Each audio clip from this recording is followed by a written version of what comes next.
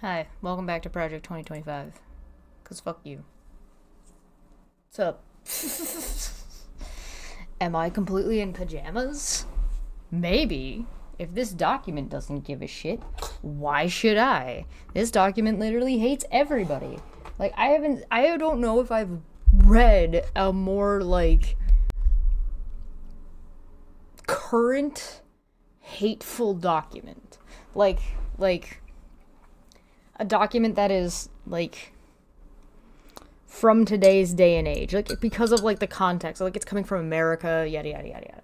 Absolutely fucking absurd. All right, we're on episode, I don't know, and this is chapter 13. We're on page 448 of 920, and we are of the PDF, and we are on page 417 in the document itself. So following along, if you're not following along, yeah, I don't blame you. And also, if you want a copy for yourself, it's in the description. Okay. I didn't have a hangover. I was actually pretty happy that I didn't have a hangover after this weekend. Okay. I hope everybody did have a good weekend. I hope you enjoyed our time yesterday. There is a point to be talked about Asmongold and his horseshit comments that he's been making, particularly about Israel versus Palestine, as well as he's been problematic. I've had issues and spoken about him in the past. I'm sure I'll continue to do so, but we're not going to talk about him too much today. I just wanted to acknowledge that was a thing that was going on. Maybe we'll mention it on Friday. Puck is here, kind of. You alright?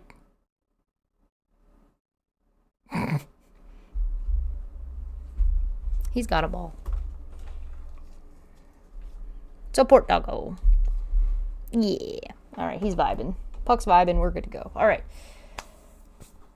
Environmental Protection Agencies. Mandy M. Gunasakara? Gunasakara? Sakara, I barely even know her.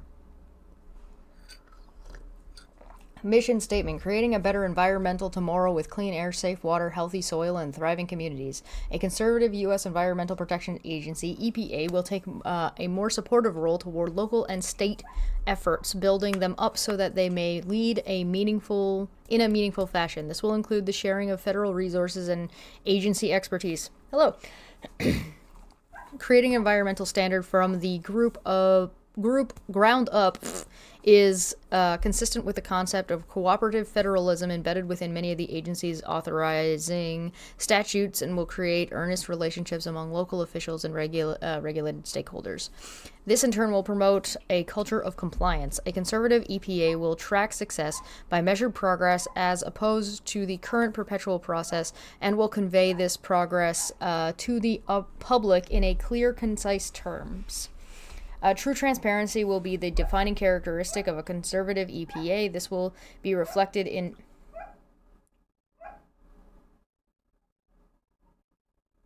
I don't think the neighbor dog likes this document.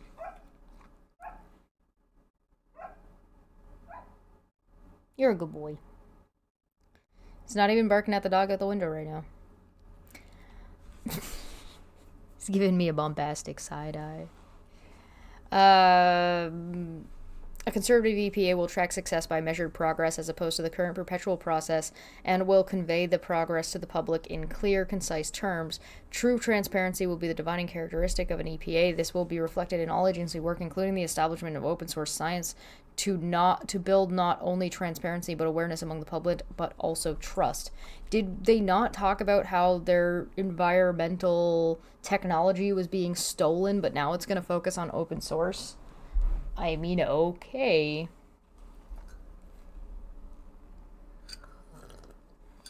Yeah, nobody likes this document. You're right.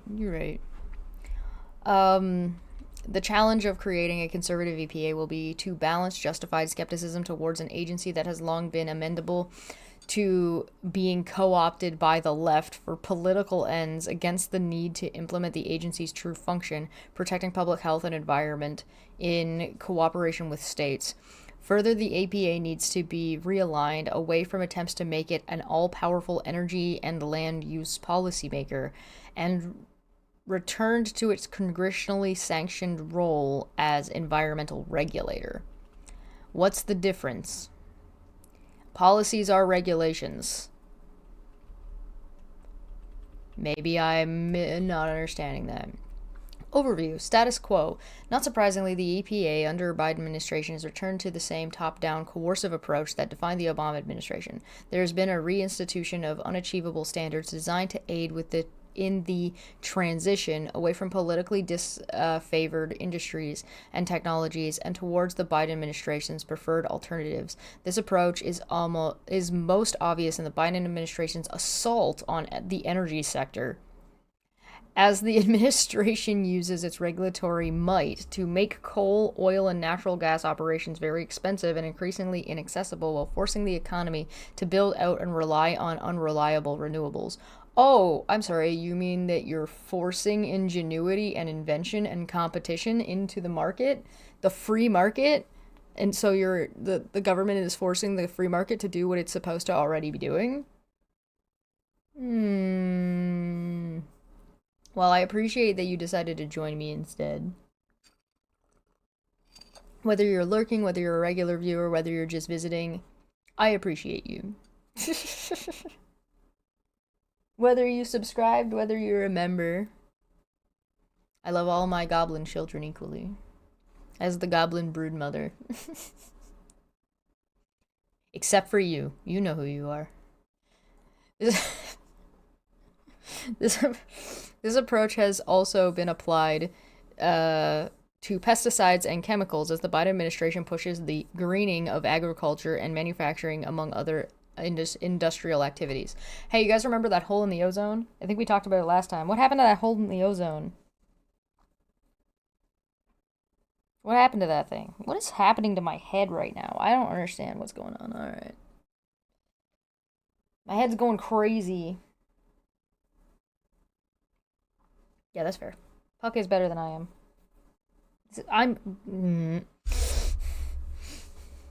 This is fine. This approach is blah blah blah blah blah blah blah blah blah. This approach is also blah blah blah blah blah blah. As a consequence of this approach, we see the return of costly job-killing regulations that serve to depress the economy and grow the bureaucracy, but do little to address, much less resolve, complex environmental problems. In some instances, these actions even work to undermine environmental efforts as they push industries overseas to countries whose enforcement of pollution control requirements is seriously deficient. If indeed, so what, America's just not good enough to compete? Is that what you're telling me? Because that's what it sounds like you're telling me. If indeed they have any meaningful requirements at all, meaningful agency costs and staffing have increased significantly. The EPA's fiscal year, FY, they're back to fiscal year and then FY. 2023 requested including a 28.8% increase in funding and a 13.3% increase in staffing, making it the highest funding ever in EPA history. Yeah, welcome to fucking... McDonald's is more expensive now than it's ever been also. And why are you saying this like that's a point or like it matters? Compared to the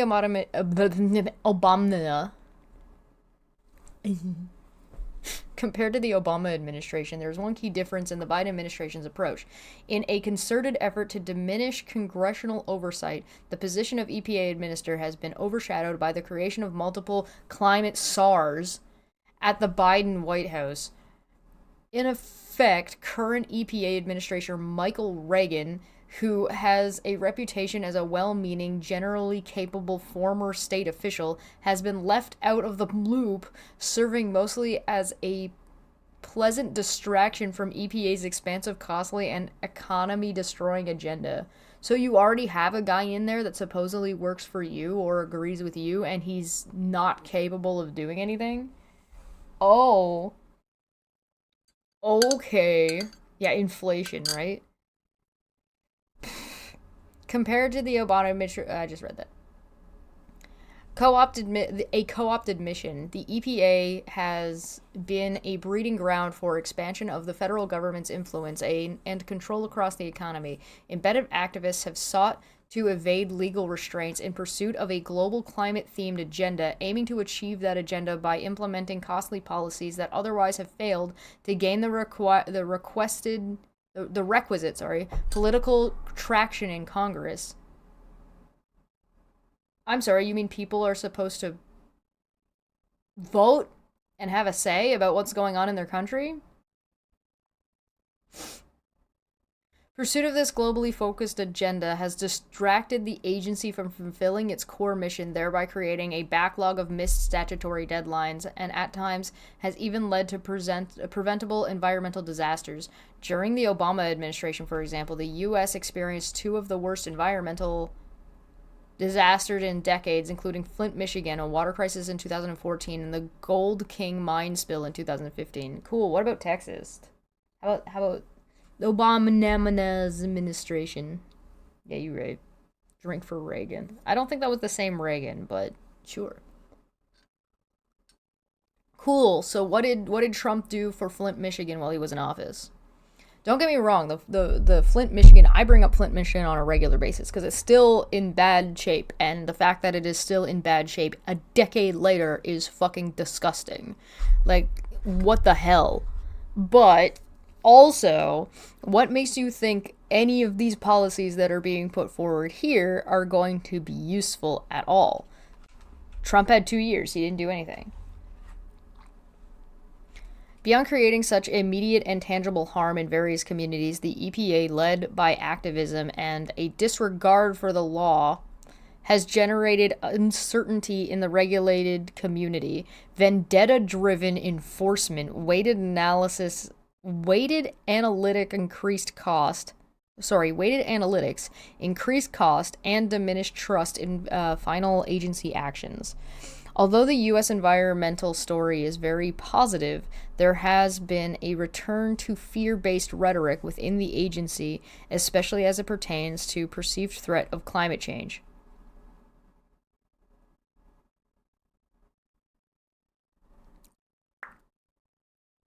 Perceived threat.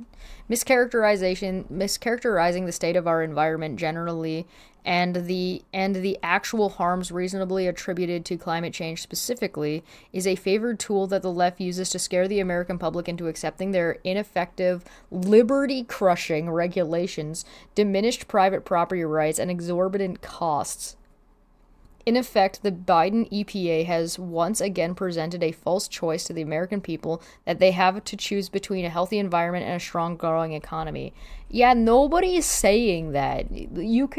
I've said this before and I'll say it again. Investing in green energy is still business. Like, it still creates jobs. It still allows money in the economy to keep moving. The whole point of money is that it needs to be flowing. If money is not flowing and it's not moving, then your economy is not functioning the way an economy is supposed to function. It means if your money is not moving, your money is stagnant, and stagnant money is worthless. Stagnant money is worthless. So if you have a handful of really, really rich people that have money, but that money is stagnant, it means you're poor because you're not even using the money in the first place. What is the point? What's the point of the money if you're not using it? What's the point of money if it's not moving? What's the point of economy if it's stagnant? It's useless. Money needs to move like a river. It needs to flow. It needs to move. It needs to travel. If it's not traveling, it's not doing anything. If it's not doing anything, it's not producing anything. If it's not producing anything, you have a weak economy.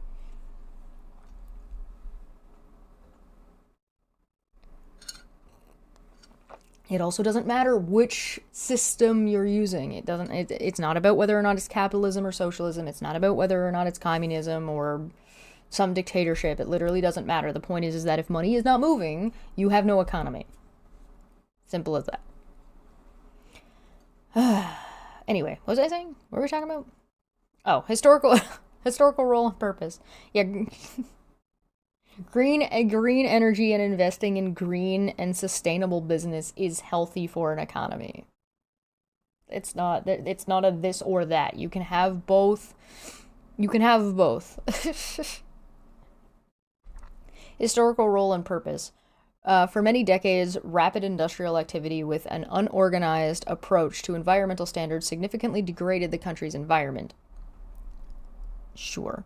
Particle pollution in the form of a thick fog-like haze at times was laced with harmful metals was a frequent occurrence across the country. More than 40% of communities failed to meet basic water quality standards, and in 1969, the Cuyahoga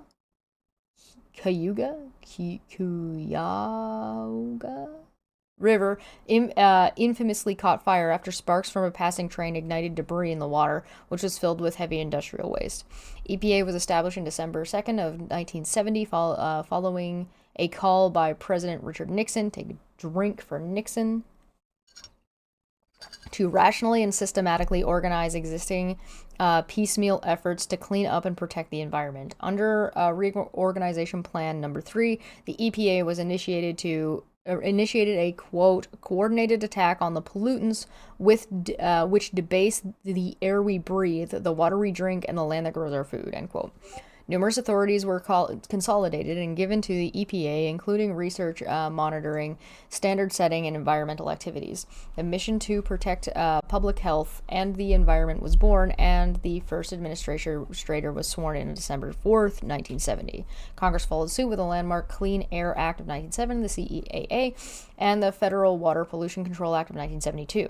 The subsequent Clean Air Act amendments of 1990 played a significant role in the expansion of the EPA's responsibilities and legal authority, with the agency then being tasked with the development of new regulatory mechanisms that include, among other things, cap and trade programs for the control of sulfur dioxide and technological standards for nitrogen oxide emissions from coal-fired power plants, and vastly expanded hazardous air pollutant programs, a federal operating permit program, and a new regulation governing phase-out and the production of ozone depletion substances in conjunction with the U.S. ratified in the Montreal Protocol of 1988. Oh, you mean one of the things that we did collectively when there was a hole in the ozone was to ban the chemicals in day-to-day products?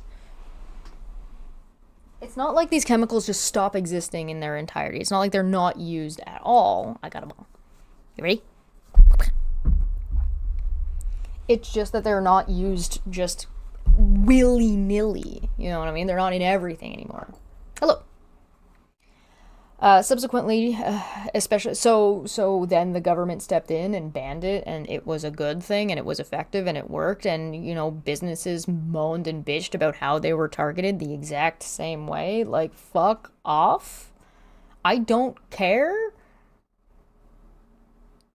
Do better if your business fails because of one product, or your business fails because you can't do the thing.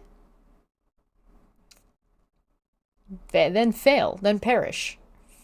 Subsequently, especially during the Obama administration, the American people and people of the world are not obligated to keep your business going. You are owed nothing. If people don't want your product, or your product is harmful to people, they're not obligated to keep your business open, which is what they're arguing, which is insane. Subsequently, especially during the Obama administration, EPA experienced massive growth as it was used to pursue far-reaching political goals to the point where its current activity and staffing levels far exceed its congressional mandate and purpose. This expansive statute is entirely unnecessary. It has nothing to do with improving either the environment or public health. The EPA's initial success was driven by clear mandates and streamlined structure, recognition of the state's prominent role, and built-in accountability. Fulfilling the agent's mission is in a manner consistent with a limited government approach, proved to be extremely effective during the agent's infancies. But you already said that it was falling behind, which would mean it would need more staff, not for you to kneecap it. But you're not saying what it changed. What are the far-reaching political goals that it was given? How? In what way? Hold on, I'll go get Elmo. 1 second.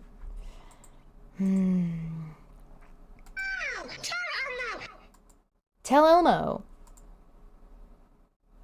Back to basics. EPA structure and mission should be greatly circumscribed to reflect the principles of cooperative federalism and limited government. This will require significant restructuring and streamlining of the agency to reflect the following. They want to turn it off. They're going to turn it off and turn it back on again when they get what they want, which is nothing. I bet you it's going to be dismantling it. Just stating something happened in EPA during the Obama administration doesn't make it a fact. Right, like citation? What are you even talking about? State leadership. EPA should build earnest relationship with state and local officials to assume a more supportive role by sharing resources and expertise, recognizing the primary role is making choices about the environment belong to the people who live in it. That would be what Congress is for, but also weird implication that the relationship that they have isn't earnest. Accountable progress. Regulatory efforts should focus on addressing tangible environmental problems with practical, cost-beneficial, affordable solutions to clean up the air, water, soil, and the result should be measured and tracked by simple metrics that are available to the public. Okay, so, sometimes things are not that simple, first off. Second off, sometimes things cost money. If you want a really good, like, one-to-one simple example of this, is healthy foods costing more than cheap garbage that's bad for you. You're basically saying that everybody should be eating GMO-free range chickens and then saying that it should be cost-effective when it's not. It doesn't work that way. So, and on top of that, one of the ways to make something more cost beneficial and affordable is to flood the market with it. So if you flood the market with green energy programs and you flood the market with easily accessible green energy, it becomes affordable because there is a surplus. That's how the economy works. If you cut out and do less and less air and water energy efficient programs, then it will be more and more expensive.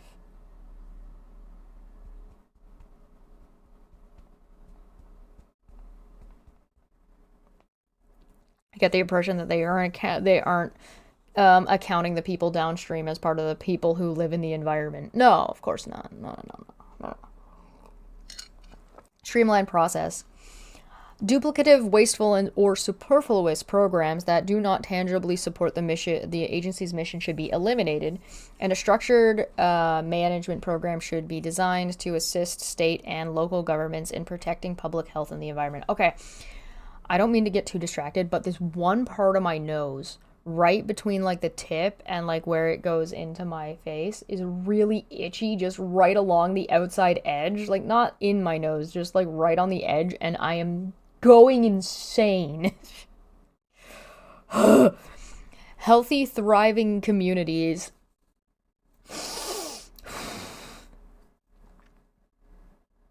EPA should consider and reduce as much as possible the economic costs of its action on local communities to help them thrive and prosper. No, that's the opposite. Compliance before enforcement. EPA should foster cooperative relationships with the regulated community, especially small businesses that encourage compliance over enforcement. Okay, sure. Transparent science and regulatory analysis. EPA should make public and take comment on all scientific studies and analysis that support regulatory decision-making. I would love to know how these people define scientific studies. Right? I was on Dapper's channel on Saturday, and one of the things was that this geologist was complaining about is that they don't get addressed, that they're being ignored. But they hadn't published anything. And it's like, if you don't publish, there's nothing to ignore in the first place. So you want science to write a paper and do a scientific study about your opinions on a podcast? Like, what the fuck are you talking about? So, like, what you document, that makes no sense, define what scientific studies. Make public and take comment on all scientific studies and analysis that support regulatory decision-making. The bias is already built in. So that implying that they shouldn't comment on things that don't support regulatory decision making? This is meaningless. What the fuck? Jack has been a member for 10 months. Whoops. Also, hi, lovely peeps. Hello. Welcome. Administrator's office and reorganization responsibility. But they still didn't say what the change was during the Obama administration and why it was a problem. Where's your simple and straightforward presentation of the unbiased facts of the matter? Administrator office and reorganization responsibility. The office of the administrator, AO, is intended to provide executive and logistical support for the EPA administrator. Its stated purpose is to support the EPA leadership activities, to implement policies that are consistent with the conservative EPA, and the agency will have to undergo major reorganization. The deputy chief of staff for policy position within the administrator's office should be renamed to the deputy chief of staff for regulatory improvement. This position would oversee a reorganization effort that includes the following actions. Return to the environmental justice function to the AO, eliminating the standalone Office of Environmental Justice and External Civil Rights. Oh yeah, of course they want to get rid of anything that says civil rights in it. Returning the enforcement and compliance function to the media offices, air, water, land, and emergency management, etc., and eliminating the standalone Office of Environmental and Compliance Assistance, which has created a mismatch between standard setting and implementation. How? Citation. Using enforcement to ensure compliance, not to achieve extra statutory objectives. Hey, is Boeing gonna pay the American people back for the amount of money that the American people paid to them to bail them the fuck out? I'm just asking. If you want to talk about allowing the people of America to prosper, you should probably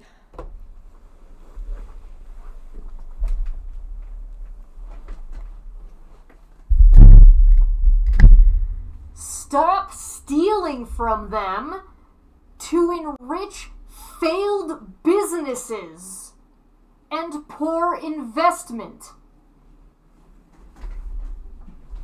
I scared Puck. I'm sorry. I'm sorry, Puck, come back.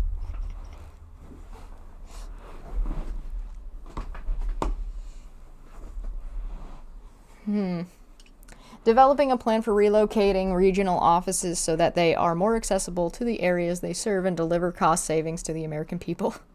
Restructuring the Office of International and Tribal Affairs into the American Indian Environmental Offices and returning the international liaison function to media offices where appropriate. Oh, okay. So we just don't care about First Nations people. Of course they don't.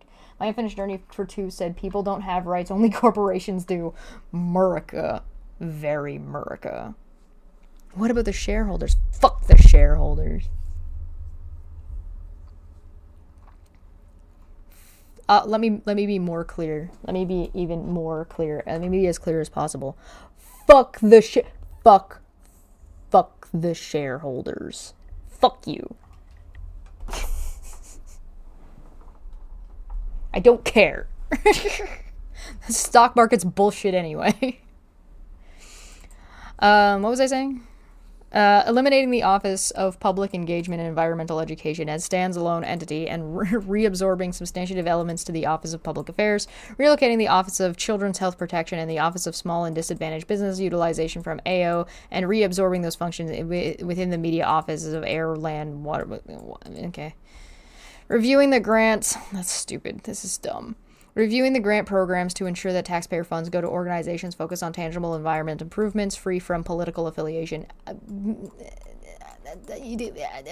No, that's not how that works. How are you going to do that? How are you even going to define which ones are and which ones aren't? You have to have some kind of criteria. Okay, listen, this document would be infinitely better if it was able to present any kind of fucking criteria. Like, if it was able to be like, this is what we mean when we say this. This is the criteria layout that we want to define what is, how we define whether or not a political whether there's a political affiliation to a company, but there's lots of political affiliations. That's what lobbying is. Like, this is insane. Resetting science advisory boards to expand opportunities for a diversity of scientific viewpoints of potential conflicts of interest. What diversity of scientific viewpoints are you talking about? People just denialisming that climate change happens? Restoring the guidance portal to ensure that regulatory and sub-regulatory standards are clear of to affect entities. Working with assistant administrators to implement major reforms in media office. Day 1 executive order. To initiate the review and reorganization, a Day 1 executive order should be drafted for incoming president with explicit language requiring reconstruction of the agency structure with reference to fulfilling the mission to create a better environmental tomorrow with clean air, safe water, healthy soil, and thriving communities. I hate to be the bearer of bad news, but this is also equally as vague. Because it's not talking about how. It's an open-ended statement. The order should set up pause and review teams to assess the following. What did I tell you? Every single office that they have mentioned so far, I'm on chapter 13, every single office of the government that they have mentioned in this in this document, the answer to their problems that they're proposing, which they're not well defining, is review it and turn it off. Stop everything in the government. Everything needs a full review. Usually they're not telling, I think with one exception, they're not saying who does the review, how much money it's going to cost, why it even needs a review in the first place, just that it needs to be reviewed, and then it needs to be turned off until they can restart it again after reviewing the review to define which candidates they want to put in. Which, I mean, how? And they want these done they want it done on day 1, and they want it churned off on day 1. So basically they're like, hey, when Trump wins the election, the entirety of the government needs to be turned off until Donald Trump can read through the reviews of every agency and then restructure them the way he wants, rebuild them, and then we start it up again.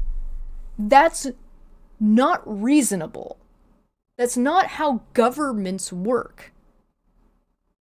You can't just turn off every branch of government, get handed a review, and then turn it back on.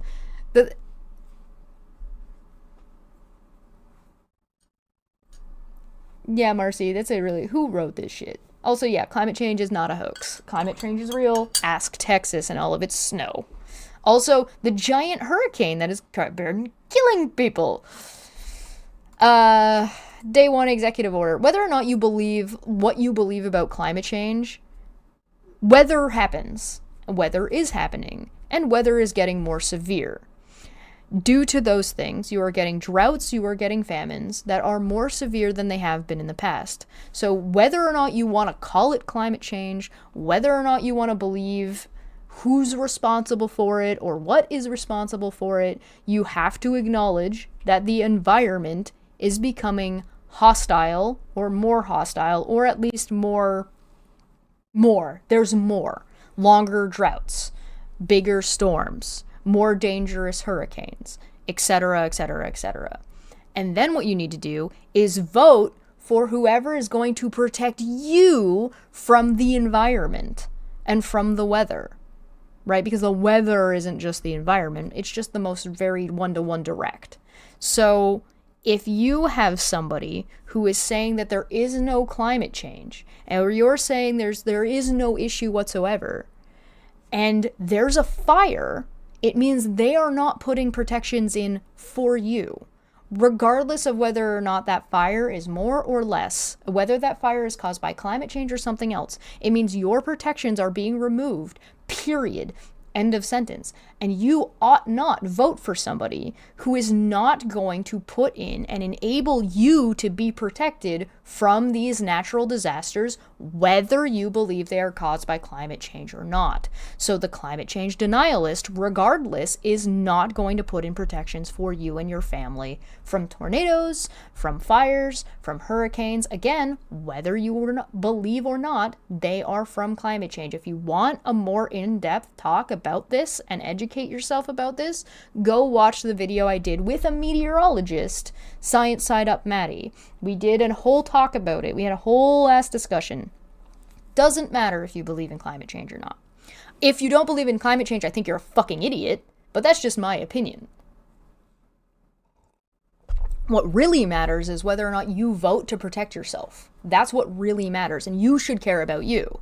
So if you care about yourself, you should be voting for politicians that are going to put policies in that care about you, whether or not you believe in climate change and whether or not they believe in climate change. But I guarantee you the climate change person is not going to be the one putting in protections against things like forest fires. If you want a really good example, Alberta.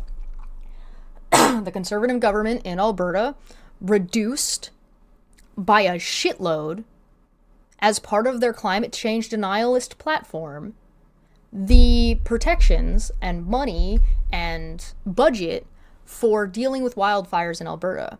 And guess what's been happening? Every year, worse and worse and worse and worse fires. Every year. Consistently. And so finally, the one in St. John's was so large that the federal government, which is the liberal government, not the conservative government, had to step in, despite the conservative government still not requesting for aid in an emergency situations where people were losing their lives and losing their houses and will have long-term effects. Period. End of sentence. Whether you believe those fires are getting worse because of climate change is irrelevant to whether or not your house, your property, and your life are going to matter to the people that you're voting in. They don't care about your belief. They only care about whether or not you vote for them.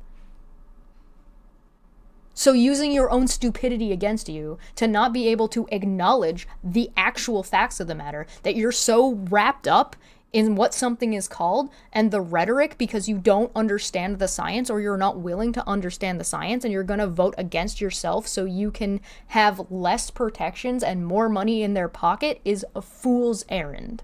Period. Jack for five. Basically, they want to turn it off, install a dictatorship, but Trump was not an ideal enough puppet for that dictatorship. Yeah, I agree with that. This is fascism. Day one executive orders. Here we go. President with explicit language requiring the order should set up a pause and review teams to assess the following.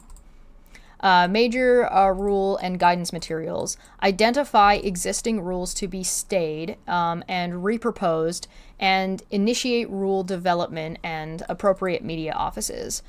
Pending petitions, grant new petitions for rule reconsideration and stay of rules. Grants, stop all grant to advocacy groups and review which potential federal investments will lead to tangible environmental improvements. Legal settlements, reassess any sue and settle cases and develop a new policy to establish standard review and oversight, including public notification and participation. Employee review, determine the opportunity to downsize, terminating the newest hires in low-value programs, however you're going to define what a low-value program is, and identify relocation opportunities for senior executive services or ESE positions. Wow.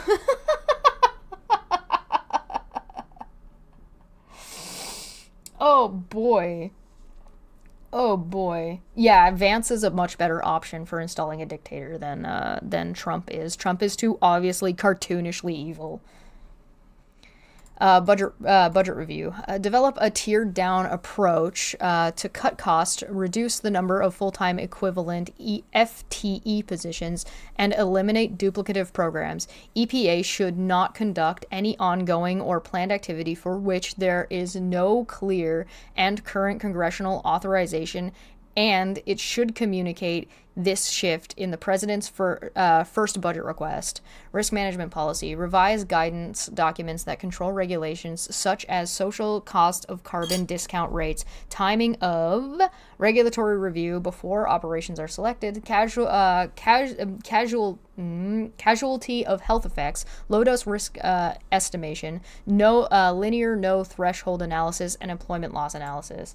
My unfinished chalk for 2 said, use your socks to share and lick the stream, slobber. Don't get me started on environmental shit. If you just come in here and straight up just deny science and say something so blatantly absurd as climate change isn't real is actually insane. Like, that's actually just nuts. Like, of course climate change is real. The climate shifts around all the time. So if you want to make an argument about the policies, then that's fine. Make an argument about the policy. Or if you want to make an argument about climate change, then make an argument about climate change. Denialism isn't going to sell here. The same way like Rabbit coming in here and being like, I was harassed. Okay, bitch, where? Climate change isn't real. Okay, bitch, where? Like, what are you talking about? Like, there's no, oh, the earth is flat. Like, that's not, you're just saying nothing. Like, at least if you're gonna try, at least put in an effort. You know what I mean? Like, come the fuck on.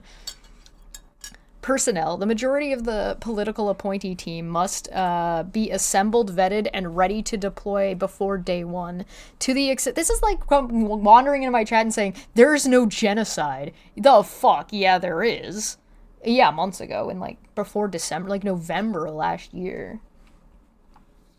If somebody comes into this chat or comes onto the stream and just makes a fucking claim, you're gonna get pushback and you're going to get like dunked on, especially if your claim is something so absolutely absurd. Solar panels don't work at night. Shut the fuck up. Even if you don't believe that climate change is human caused, denying the evidence that it's changing regardless of the cause is just science denialism. Yeah, absolutely. Like I said, you can agree or disagree about calling it climate change. And you can agree or disagree about what the cause is or why the cause is or whether people are involved in it or at what rates and yada yada yada. Fine. You can have that discussion. That's at least a discussion. To just come in here and just pretend reality isn't a thing is ridiculous. Like, it's like, come on. Come on, please. That's a joke, right? Like, you're kidding. Like, either you're trolling or you're an idiot, and you're a useful idiot for people who are dangerous and are trolling. But I made a snowball last winter. Yeah, don't talk to me about winter. Winter's been so disappointing. I'm so sad. I missed when it got, like, way more snowy here. One solitary tear. The majority of the political appointee team must be assembled, vetted, and ready to deploy before day 1. To the extent provided by the Federal Vacancy Reform Act, appointees in consideration for Senate-confirmed positions, excluding the administrator, should be prepared to serve as deputy or personnel deputy to get into the agency on day 1 while their nomination and affiliated confirmation process proceeds. So circumventing. In addition to... Oh, hey, welcome back. In addition to a deputy slated for the assistant administrator role, each office will need political chief of staff, senior advisors designated to run sub-offices, and energized assistants. Teams should be balanced with technical knowledge, legal expertise, and political exposure. Oh, technical knowledge, legal expertise, and political exposure. Not meteorologists, not scientists in those fields. You still want professionals, but not professionals in the field that is relevant? Ah, very young earth creationist of you. Very anti-vaxxer of you. Ideally, they should also be geographically diverse. Appointee positions should also extend to all regional offices and specialty labs. I'm assuming they do not mean geographically diverse as in DEI hires. I'm pretty sure they just mean within America, but I don't know for sure. Wait, reality is real? Listen, that's for the philosophy show on the first Saturday of every month. You should totally come and check it out. Office of Air and Radiation, or OAR. OAR develops national programs, policies, and regulations to control air pollution and radiation exposure. In recent decades, OAR and its statutory responsibilities under the Clear Air Act have been reimagined in an attempt to expand the reach of the federal government. Sure. Citation needed. The U.S. Supreme Court, this reeks of, instead of actually demonstrating their claims and their points, it reeks of just putting the cart before the horse and coming up with what's the conclusion before the presentation, that the legal conclusion, right? Like, the conclusion is this, and so now let's explain this, what we should do about it, but never actually explained why or how anything. The U.S. Supreme Court has stopped and stricken several actions from OR under liberal administrations, citing a lack of requisite legal support. A reformed OR should focus on EPA's mission of limiting and minimizing criteria and hazard air pollutants in partnership with the states. Cross-cutting reforms. OR consists of... So they do know that things... that air pollutants exist and need to be dealt with, but not to the extent that climate change exists. Very bizarre. Very strange. Because, like, obviously the next follow-up, right? Begging the question, yeah.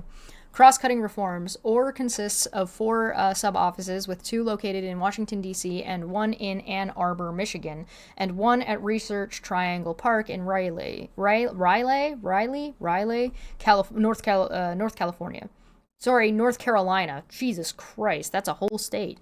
The following reform should be implemented across all OR offices. Issue a rule to ensure consistent and transparent consideration of costs. When doing cost-benefit analysis, use appropriate discount rates, focus on the benefits of reducing the pollutant targets by Congress, identifying co-benefits separately, and acknowledge the uncertainties involved in quantifying benefits. Reducing the pollutant targeted. Why? What? Why would you reduce that? Raleigh, North Carolina.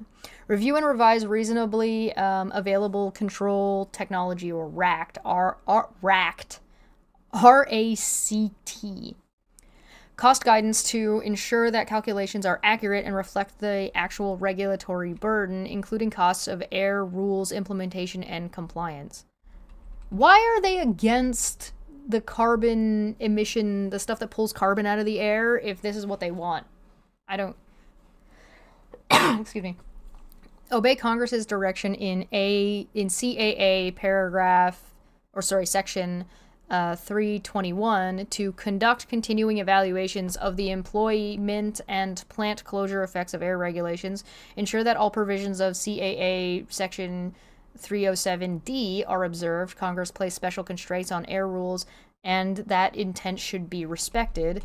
To the extent that the Inflation Reduction Act, or the IRA, remains in place, ensure the maximum extent possible that grants and funding are provided to state regulatory entities and to nonprofits. Remove any regulations or requirements that confer on third parties any authorities that have been provided to EPA, such as the Oil and Gas Supplemental, which created a super emitter response program that allows third parties to act as EPA enforcers. Policy... So in this case, they do want third parties. They don't want third parties in, but in other cases they do.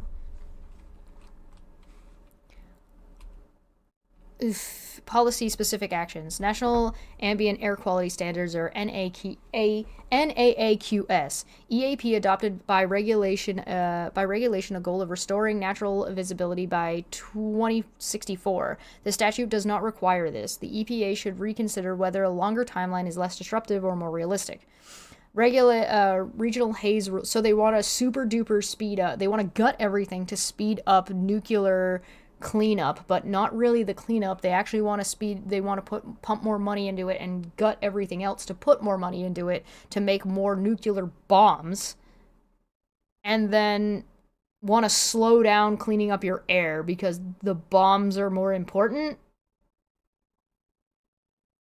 Regional haze rules should be revised to prevent subsequent planning periods from being abused to compel the shutdown of disfavored facilities. Under the Good Neighbor Program / Interstate Pollutant Transport Program, review Biden-era regulations to ensure that they do not over-control upwind states in violation of the statute as constituted by U.S. Supreme Court. Reverse the program's 2022 expansion beyond power plants. Putting guardrails on downwind states is an abuse of the CAA subsection or section 126B. Petition process. EPA must ensure, in keeping with statutory text, that petitions identify a reasonable, discrete group of upwind sources alleged to violate the Good Neighbor provision. So, if Detroit, or if North Carolina is fucking over South Carolina, we can't put any regulations on North Carolina because that would be unfairly targeting them. That doesn't... This is insanity. Ensure that the Clean Air Scientific Advisory Committee, or the CASAC, hey, that's a palindrome, considers all the statutory charges factors, for example, social and economic effects resulting from NAAQS attainment and maintenance strategies. Ensure that this ignores that the majority of the burden for a lot of this stuff is coming from blue states, by the way. It's not coming from rural areas. Most of this is stuff that affects like big factory and large city work, not rural states, not which have a preponderance of being red. Ensure that the requirements EPA put on state that has achieved attainment status of non-attainment statutes are limited to those that are statutorily required and remove any regulatory differences between attainment and maintenance that are not explicitly required by law. Streamline the process for states and local governments to demonstrate their federally funded highway projects will not interfere with NAAQS attainment. Adopt policies that to prevent abuse of EPA's CAA error correction authority. EPA historically has used this to coerce states into adopting its federal policy of pain of imposition of a federal implementation plan, or FIP. Limit EPA's resilience on CAA. Section 301, General Rulemaking Authority, to ensure that it is not abused issue regulations for which EPA lacks substantive authorities anywhere in the statute. If possible, return the standard setting role to Congress. Climate change. Fun. This will be good. Remove the greenhouse gas reporting program. Why? For any source, or the GHGRP, for any source category that is not currently being regulated. Why? The overall reporting program imposes significant burden on small businesses and companies that are not being regulated. This is either a pointless burden of sword of Damocles threat of future regulation, neither of which is appropriate. Why? Tell me why. You said you wanted data for all of the things, and now you're grouching about getting data. Why? Establish a system with an appropriate deadline to update the 2019 endangerment finding. Okay. Establish a significant emissions rate, SER, for greenhouse gases, GHGs. So you want them to establish that, but you want them to not get the reporting program that would give you the information to establish the following two things?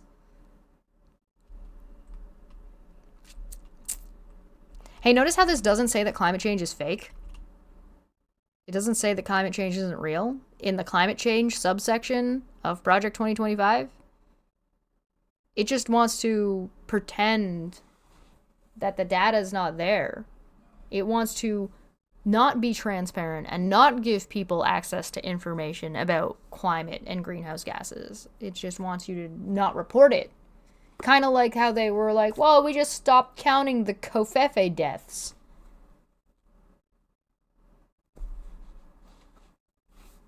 That sounds very like us, that what they want, right? A very scientifically advanced America with scientific supremacy is by ignoring data and just stopping collecting it. So when they stop collecting, they can say the data doesn't exist.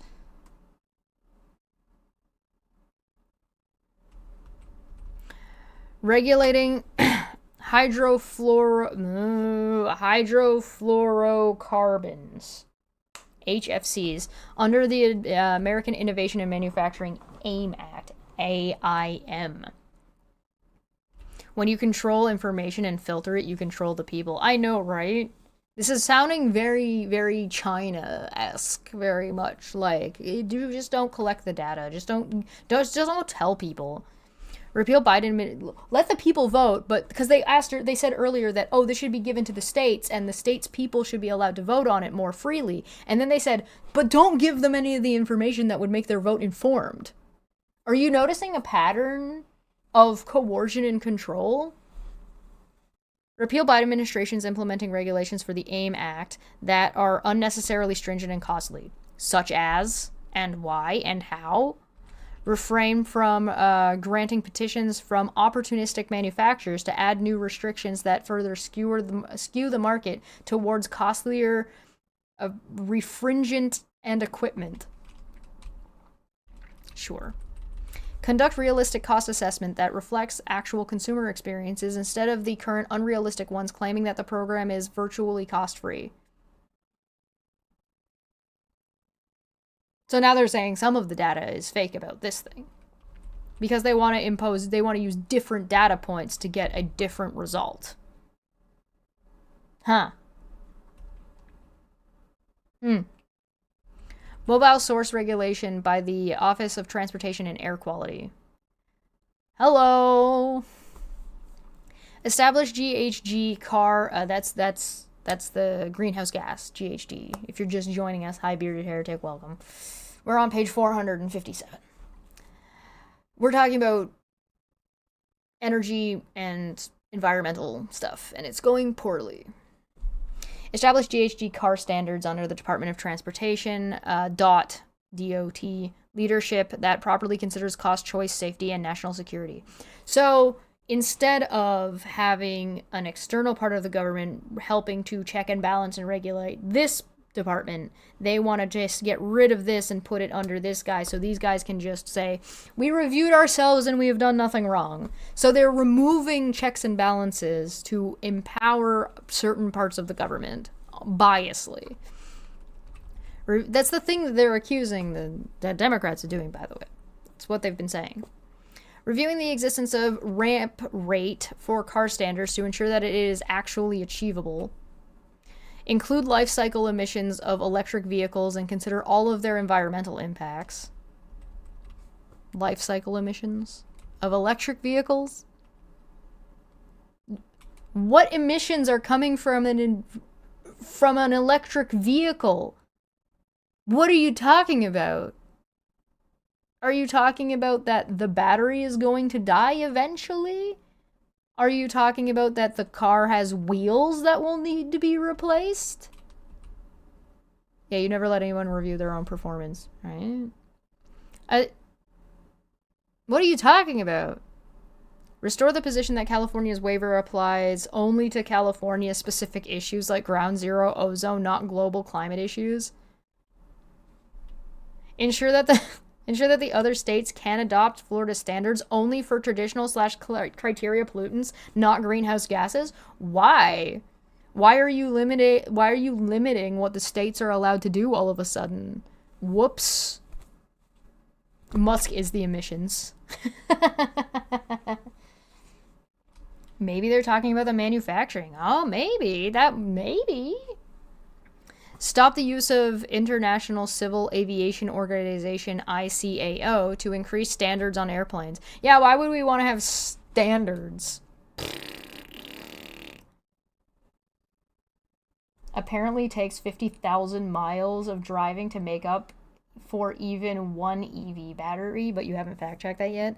Life cycle emissions are the cost of manufacture, repair, replacement, and electricity used in running the vehicle. Oh, okay, got it. Noted. Reconsider the Cleaner Trucks initiative to balance the goal of driving down emissions without creating significant costs or complex burdens on the industry. Too bad. There's going to be significant costs and complex burdens on an industry when you shift away from an industry or you're making a big rollover into a new product. That's the cost of doing business. Why does the Republican government keep needing to overreach into the free market to enable these businesses that are failing to succeed and using taxpayer money to do so? Why is this government overreaching and using your taxpayer dollars to save failing businesses that you don't want? They're failing because you've already decided not to spend your dollar at that business, or they've made poor financial decisions. Why should the American people bear the burden and the cost of businesses that have made poor investment decisions? That's not your job. That's socialism, by the way. That's communism for businesses.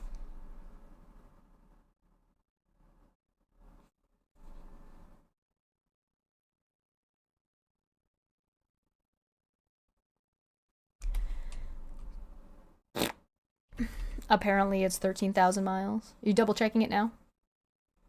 Capitalism doesn't work if it's not propped up by something. Capitalism only works if people are reinvesting back into it. Air permitting reforms for new source review, pre-construction permits, Title V operating permits. Developer forms to ensure that when a facility improves efficiency within its production process, new permitting requirements are not triggered. It should be. Why shouldn't that be triggered? Why not? Improving its efficiency doesn't mean they're following the regulations. If they've done something that is outside of it, you need to make sure that they're still getting their permit, or not, if they're not in compliance, that they don't get it. So why would you fucking do that? Restore the Trump EPA position on once in, always in, that major sources can convert to area sources when affiliated emissions are met. Oh, we're back to being able to sell credits. And one of the only reasons that like Tesla is like within compliance is because they sell their credits, or they buy credits from other companies or something like that. I feel like I remember something about this. Correct me if I'm wrong there, or give me the details, because I'd have to look it up. Revisit permitting and enforcement assumptions that sources will operate 24 hours a day, 365 days a year. This artificially inflates a source's potential to emit PTE, which can result in more stringent permit terms. I think the term should be stringent. You haven't explained to me why they shouldn't be stringent. Defend the position that petitions to object to Title V should not be used to second-guess previous state decisions. Why? Why not? Clarify the relationship between new source review and Title V to ensure that Title V is used only as intended by Congress. CAA Section 111, or 111. Restore the position of EPA cannot regulate a new pollutant from an already regulated source category without making predicate findings for that new pollutant. But you gutted it. But you said you didn't want the data. So how are they going to get the data if you made it so they can't get the data? Institute automatic withdrawals of any proposed rule that is not finalized within the statutory prescribed 1-year period. That seems unnecessarily strict, but okay. For a group, I mean, that has been complaining about things being too stringent. Revise general implementing regulations for existing source regulatory authority under CCA Section 111D to ensure that EPA gives full meaning to Congress discretion, including source-specific application, that the state planning program is flexible, federalist, and differential to the states. Well, if you're giving the power back to the states, why would they need to go back to Congress? Alt-right manifesto, yes. CAA Section 112, or 112, hazardous air pollutants. Unregulated point or non-point source fugitive emissions of an already regulated hazardous air pollutant do not require a maximum available control technology MACT standard. Why not? Ensure that Section 112 regulations are harmonized with Section 111 regulations that apply the same sector/sources. Why? Ensure the cost-benefit analysis is focused on regulations targeted pollutant and separately identify ancillary or co-benefits. I might agree with some of this. The problem is I don't know, because they're not giving me the information. They don't want to tell you anything. They're just making these blatant fucking decisions that are just like, we should do this, and it's like nothing that you said above this tells me anything about the part that you're saying now. Radiation. Assess and update the agency's radiation standards. Like, the only way I can possibly know is if by inferring things of information I already have from outside of the document. Environment should not be based on a cost-benefit analysis. Not a monetary cost-benefit analysis. You could do cost-benefit analysis, but it shouldn't be about dollars. The cost-benefit analysis needs to be about quality of life and sustainability. Radiation. Assess and update an agency's radiation standards so that they align with those of other agencies, including the Nuclear Regulatory Commission.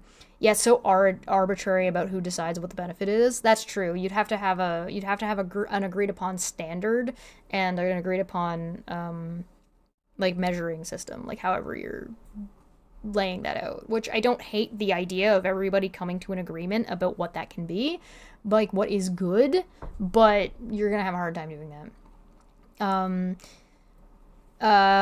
Nuclear Regulatory Commission, Department of Energy, and Department of Transportation, as well as the international standards. Level set past misleading statements regarding the radiological risk and reassess of the linear non-threshold standard that without defining what was wrong with it. Personal budget and office restructuring. Place a political appointee in Ann Arbor, Michigan for the Office of Transportation and Air Quality, or the OTAQ, regulating mobile sources, and another political appointee. Take a drink for 2 political appointees. After they said at the whole beginning that political appointees were big bad. Political appointee in Research Triangle Park, North Carolina for the Office of Air Quality Planning and Standards, OAQPS, regulating stationary sources, and give those appointees the requisite titles and authority to oversee the OTAQ and the OAQPS staff. And there it is. They want everybody to waste their time providing them with a bunch of resources and reviews. Then they want to turn it off, put their own people in, and when they turn it back on, have a dictatorship installed. Establish a political chief of staff in D.C. to manage the entire air office. Pull the Renewable Fuel Standards, RFS, program out to OTAQ. Establish its own sub-office in D.C. with status parallel to OTAQ and OAQPS that is headed by a political appointee, and establish a memorandum of understanding with the Departments of Agriculture and the Department of Energy to work together to establish the RFS programs. Require regional air office to receive approval from OR before moving forward with environmental action in order to ensure that environment enforcement is meeting the requirements established by regulation and is not beyond them. If you're in America and you are voting for the Republican Party in any capacity right now, you are selling out the people who came before you. You are selling out your children. You are selling out the future of America as a country. If you are promoting this document as a good or a useful document or something that you think is good for America, you are supporting and putting forward the agenda of people who are traitors to the American people and the concept and idea of the American rights and freedoms in the first place. I think these people are terrorists. I think these people are traitors, and I think they need to be prosecuted and treated as such for their involvement in this document. If you're voting for them, leopards ate your face. you're going to get exactly what you voted for, and you are going to lose your rights, you're going to lose your freedoms, and you're going to install yourselves a dictatorship. And I feel bad for anybody who's part of the country who is vehemently against this, and I think more people need to be talking about it. And the fact that not enough people are talking about it, and people aren't talking about it as aggressively as I think that they should be against this as Americans, because Americans are known to be, like, politically aggressive when it comes to taking away their freedoms, that you're too complacent. And you are also, and it's sad, but you are also going to lose your rights and your freedoms because you didn't fight hard enough for them. And that's my opinion. Office of Water, OW. OW is responsible for ensuring safe drinking water and restoring and maintaining oceans, watersheds, and the aquatic ecosystem to protect human health, support economic and recreational activities, and provide healthy habitats for fish, plants, and wildlife. Its two main statutes include implementing the Clean Water Act, or the CWA, and Safe Drinking Water Act, the SDWA. OW has generated a large number of expansive regulations that infringe on private property rights, most notably with the Waters of the U.S. program. Needed reforms. Overarching theme for reform is guidance on guidance. OW relies heavily on guidance documents that are outdated and that sometimes have been in deliberative states for years. Additionally, there are significant issues surrounding OW holding up guidance as something more than simply guidance, as something akin to a law in certain circumstances. The August 6, 2019 Office of Water Policy for Draft Documents Memorandum should be strictly enforced to ensure transparency as well as good governance by not letting guidance linger in draft form, and by ensuring that guidance documents are clearly just that, guidance. They do not have the effect of law and should not be treated by the office as if they did have any such effect. As a matter of broad practice, OW should be complying with statutory established guidelines in all situations with only minimal exceptions. In cases where statutory deadlines will not be met, senior management should be made aware of the delay and should have an opportunity to determine whether alternative courses should be taken. Depending on the outcome, that's more bureaucracy, that's adding more bureaucracy. Depending on the outcome of regulations of the Biden administration, as well as intervention by the Supreme Court on both waters of the United States, WOTUS, and CWA Section 401, the repeal and reissuance of new regulations should be pursued. New policies. New regulations should include the following: a WOTUS rule that makes clear what is and is not a navigable water and respects private property rights. Coordinate with private property rights of water flow? What downstream is not a place that exists, I guess? Okay. They definitely told ChatGPT to incorporate 1984 the Animal Farm into this trash.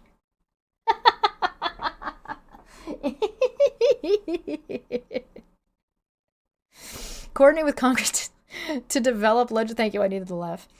To develop legislation, if necessary, to codify the definition of Rapanos versus United States, that waters of the United States can refer only to relatively permanent standing or continuously flowing bodies of water as opposed to ordinarily dry channels which water occasionally intermittently flows.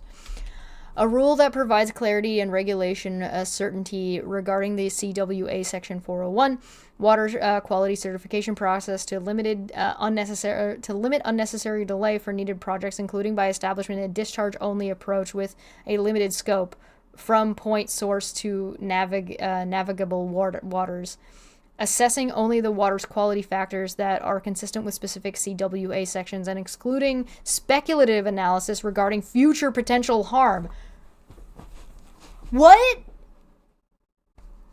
So it's just like, well, the fracking isn't causing a problem now, so we should just let it happen. Because what did I just say? They're going to screw over the future. They're going to screw over your future, your kids' future, your grandkids' future, the future of the country itself by being like, yeah, but we don't have to worry about the problems that aren't happening right this very second, or that maybe it's just speculative analysis that they're just like, yeah, no, if we keep putting salt in water, eventually the water will stop absorbing the salt. Yeah, but that means we can put salt in now. Like, you're gonna ruin the pasta, my guy. Stop. Good God. A rule to ensure a CWA Section 308 has a clear and enforced time limit. A rule to clarify the standard for criminal negligence under CWA Section 402 and 404. Oh yeah? That you don't think that there's a standard for criminal negligence? But when Jesus comes back, any 5 minutes now, it won't matter. Okay. Funny. And, I'm gonna add on to this. If you actually read the Bible, the Christian one, it says that man is put in charge of the garden and you're supposed to fucking be taking care of it. So if you come back, if Jesus comes back and God comes back, they're going to be judging you based on how you treated the other parts of God's creation, dipshit. That's what it says. Sorry, I'm not saying this to Gord. I know Gord knows. I know they know. I know they know. That's not to you. That's to the people who actually think that's a fucking argument. Because people think that! A rule to prohibit radioactive or prevent preemptive permits under CWA Section 404. Water is used to deal with a lot of radioactive material in most nuclear plants. So, what? A rule to promote and shape nutrient trading that utilizes a carrot versus stick approach when dealing with nutrient compliance. So you want to punish people. A rule to update. You want to make promises that you don't necessarily ever keep, and if people don't buy in the promise, you're going to hit them with a stick. That's what stick and carrot is. You also hit other people that aren't complying to scare the people who are chasing the carrot. A rule on updates, a rule to update compensatory mitigation that imposes no new additional requirements beyond current law. Why? Why would you not add new rules when you get new information about what does and doesn't work? A rule on updates necessary for the effective use of the CWA needs survey. An executive order requiring EPA to find avenues and expedite the process for states obtaining primacy in available CWA and SDWA programs. This order would require coordination with the Army Corps of Engineers and the Department of the Interior. Implementation of... Why do you want to add more bureaucracy again? It's been 2,000 years worth of any 5 minutes now. Implementation of additional policies to address challenges in water workforce issues surrounding timely action on primacy, applications, and cybersecurity. Budget. While the overall goal is certainly to reduce government spending, there is one very targeted area where increased spending would be in the nation's interest. The Clean Water Act needs survey is the entire basis for how congressionally appropriate funds directed to state revolving funds. Standard annual appropriations that are the true underpinning of all infrastructure funding for water and clean water are distributed by EPA across the country, period, because, take a drink.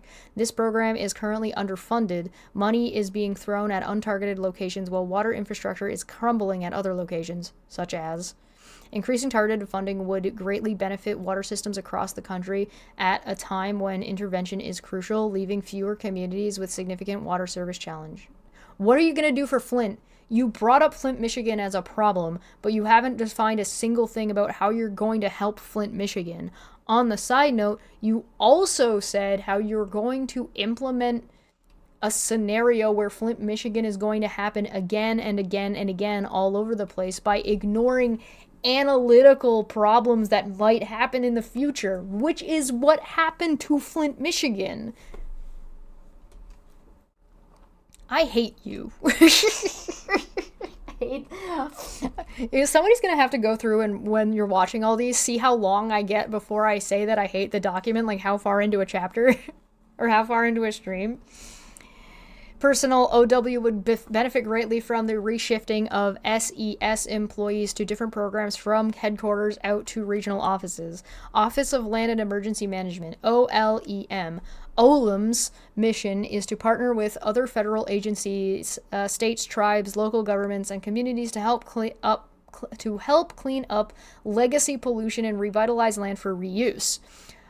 OLEM executes this mission by protecting human health and the environment while leveraging economic opportunities and creating jobs. OLEM also oversees the agency's emergency response. The main statutes that OLEM executes are the Resource Conservation and Recovery Act, or the RCRA, to regulate waste management, the Comprehensive Environmental Response, Compensation and Liabilities Act, or CERCLA, CERCLA, to clean up Superfund sites and provide resources for cleaning up brownfield sites, and Section 112R of the Clean Air Act to reduce the likelihood of accidental chemical release.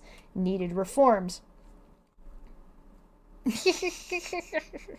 OLEM's main function is to oversee the execution cleanups under CERCLA and RCRA. Therefore, it is critical that OLEM staff focus on project management more than policy creation. Why? What? But policies make it... emphasizing productivity more than the process and policies. Why? Why would that be a good idea? These are the people literally doing the work. Why wouldn't you want them to be like, hey, a policy change here would be a good idea? That's stupid. You're stupid, and I hate you. Can result in more work on the ground in communities where Americans live and work. OLEM can accomplish this goal by determining the scope of work based on the actual reduction in exposure. What's the point of doing the work if you don't put a policy in place that's going to make the work continue to happen? If you're doing the work and you're like, hey, a policy change would make this not be a thing anymore, so they go, here, put this policy in place so that way this thing stops doing the thing, so that way we don't have to keep cleaning up the thing. You just want them to be cleaning up the same shit forever in perpetuity. Remember that thing a couple times ago where they said it was made of work and looked at as future job opportunities instead of actually like having an end goal, except the thing they talked about actually did have an end goal, as opposed to this thing that they're saying should actually remove the idea of them putting in policies that would make these cleanup projects have end goals. This is insane.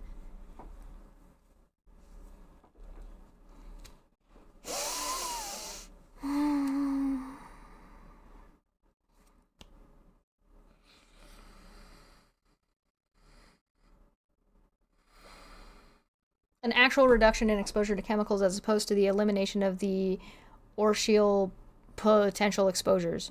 Oh, theoretical. Elimination of the theoretical potential exposures. To manage cleanup more effectively, OLEM should. So they just want to remove safety precautions or adding new safety precautions to make sure like oil spills don't happen. Require training in project management for project managers. Oh, you want professionals. Back to wanting professionals. As opposed to all staff having general science background. Yeah, there's no project management in science. That's not definitely part of your schooling in science. Oh, no. Adopt EPA's lean management system, ELMS, ELMS, across all OLEM projects. Delegate all CERCLA authority from the administrator to the OLEM and assistant administrator, as opposed to direct delegation to the regional administrators. Find opportunities to transfer work and funding to states and tribes. So if you're moving all of this regulation and all this work to the states, how are you going to enable the states to be ready to receive the work and have enough funding to actually manage and do the work? Because that not all states have, like, the states don't have infinite resources and they're limited by their districts. So what happens when you have a state that has a lot of money and is able to do these things, and then compare it to a state that doesn't have the resources to be able to put in all the work that this project is dumping onto them?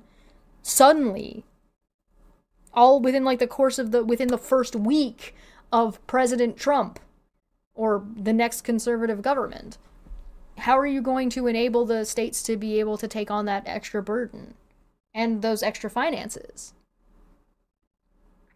I do like that Olam is an anagram for Elmo. That is pretty good. That is pretty good. I want to scream.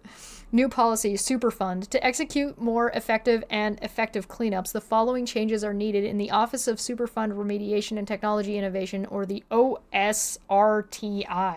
Revise the National Oil and Hazard Substance Pollution Contingency Plan, or the NCP, to modernize and streamline the cleanup process using lessons learned from the execution of the NCP over the past 40 plus years. Increase the use of CERSLA removal authority to execute short-term cleanups, which will provide clarity and finality for potential responsible parties, PRPs, and return cleanup land to communities more swiftly. Yeah, listen, I know Elon Musk made a giant mess of your property, and like just co-opted it, Cards Against Humanity, but you should just clean it up. You should just do it. Streamline the process of determining community should just be required to clean up all the work and do all of the shit that the government is taking their taxpayer dollars to give to companies to fuck it up in the first place. That sounds reasonable. That sounds legit, right? That sounds like something that people would vote for and that people want because they're stupid and they don't understand what the fuck this document says, because nobody who's promoting this fucking piece of shit actually read it or understands what's in it, because people who support this document would rather come in here and instead of looking at the actual policies and issues and things that would actually protect them, would rather say, herder, climate change isn't real. Yeah, okay. Sure. That seems reasonable. You're gonna get exactly what you deserve if you actually succeed in voting these motherfuckers into office.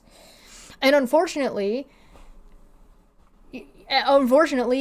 us in Canada are gonna have to suffer for it, and other people around the world are going to have to suffer for your shitty fucking like decision making. And how long are we supposed to get punched in the face by your dumbass people and slapped with your dicks before we hit back?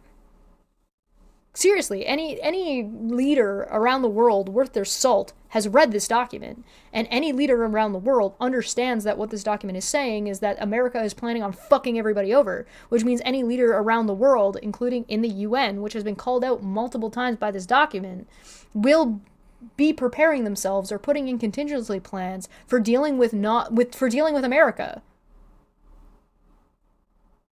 If you think otherwise, you're a fool. Revise groundwater cleanup regulations. Streamline the process for determining applicable or relevant appropriate requirements based on commonalities across sites, as opposed to making such determinations on a site-by-site basis. Revise groundwater cleanup regulations and policies to reflect the challenges of omnipresent contaminants like PFAS.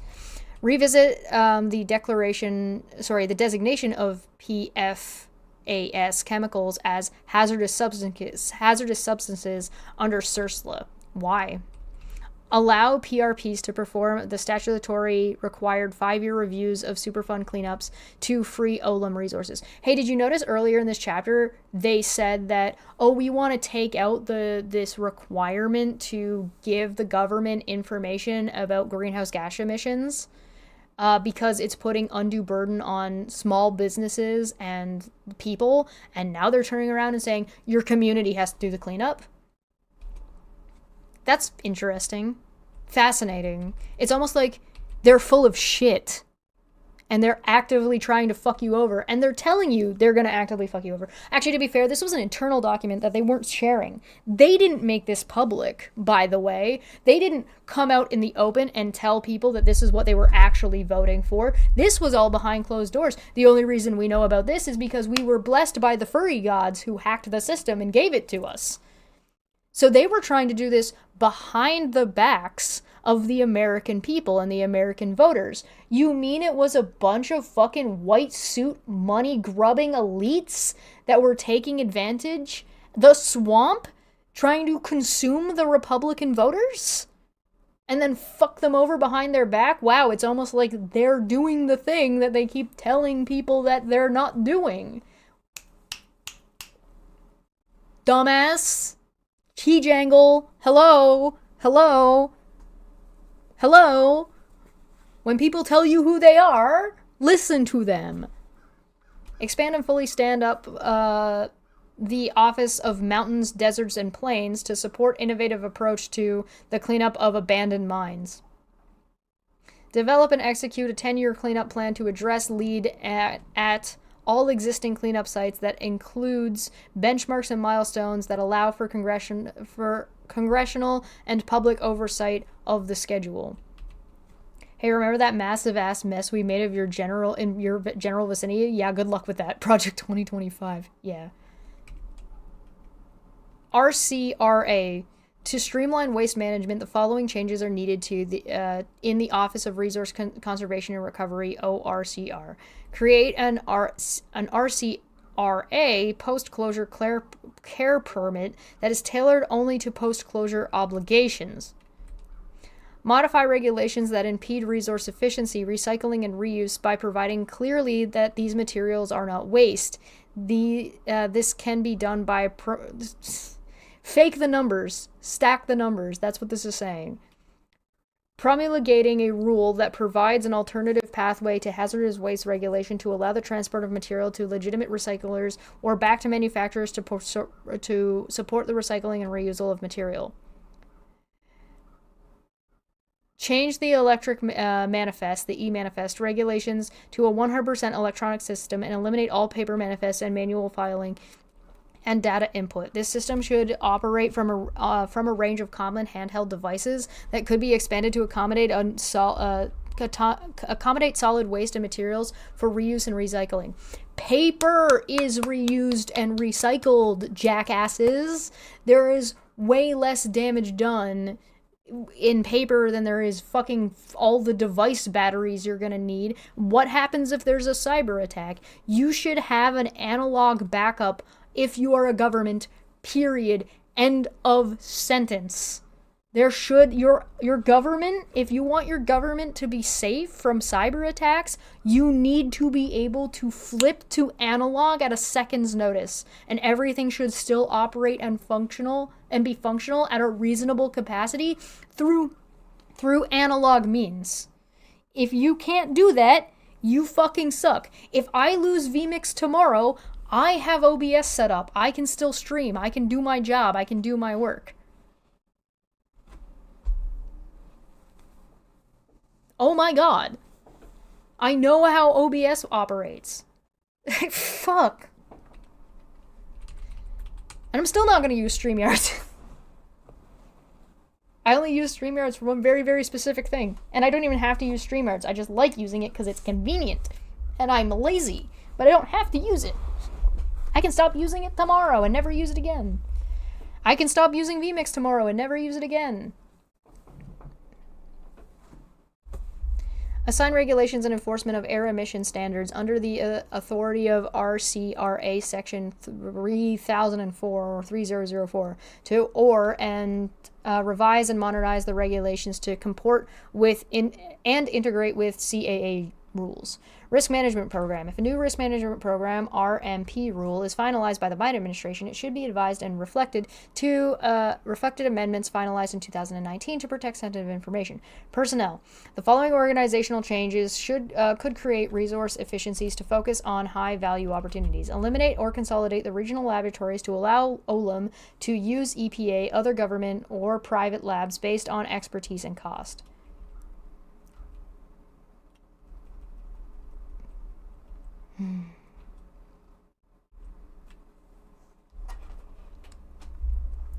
Consolidate non-core functions, communications, economists, congressional relations, etc., into one OLEM sub-office to allow the subject matter offices to focus on the execution of fieldwork. The only reason I have this program is because Dave McGinnis and Ansgar are kind enough to let me use their seats. That's the only reason I have this program. If it wasn't for them allowing me to use this program, I wouldn't be able to use it. Eliminate the Office of Emergency Management and reassess its functions. So yes, special thank you to both of them. 1. Move the Emergency Management function, currently OEM, into Homeland Security under the Administrator's Office. 2. Incorporate Removal Authority, currently OEM, to OSRTI. Retain the oversight and enforcement of the RMP program within OLEM, and drop Emergency Management from OLEM's name. So how are you gonna do the emergency management then? Budget. So remember when I said earlier about denying climate change and then gutting programs so that way when an emergency comes up and a fire just ravages your community, you have no protections. Budget. Well, the overall goal is certainly to reduce government scope and spending, and they're using bullshit rhetoric and lies and misinformation about science to take advantage of your lack of understanding so they can take that money and they can take away the protections that are there for you. And you're too focused on climate change. Well, the overall goal is certainly to reduce government scope and spending. OLEM's programs present the best opportunity to use taxpayer dollars to execute EPA's core mission of cleaning up contamination. Except for the emergency part, apparently. Office of Chemical Safety and Pollution Prevention, OCSPP.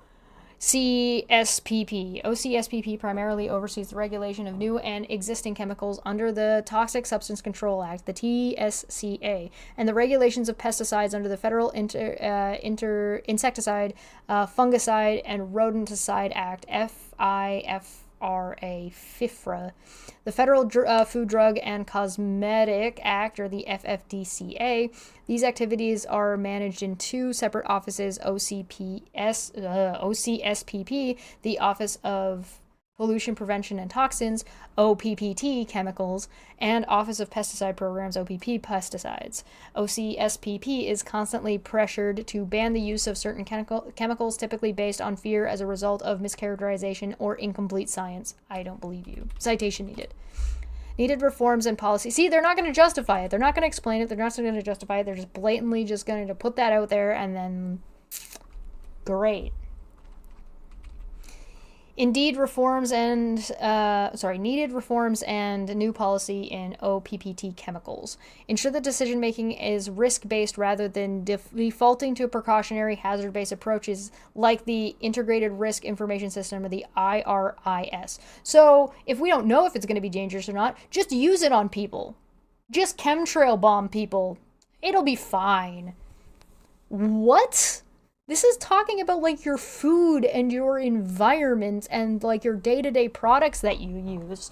What the fuck do you mean? You're going to kill people. Lots of them. Focus on the scope of chemical evaluations on pathways of exposure that are not covered by other program offices and other environmental statutes, and eliminate scope creep to ensure that evaluations can be completed in a timely manner consistent with its statutory requirements. Fuck everything that I've said up until this point about climate change. Are you fucking high?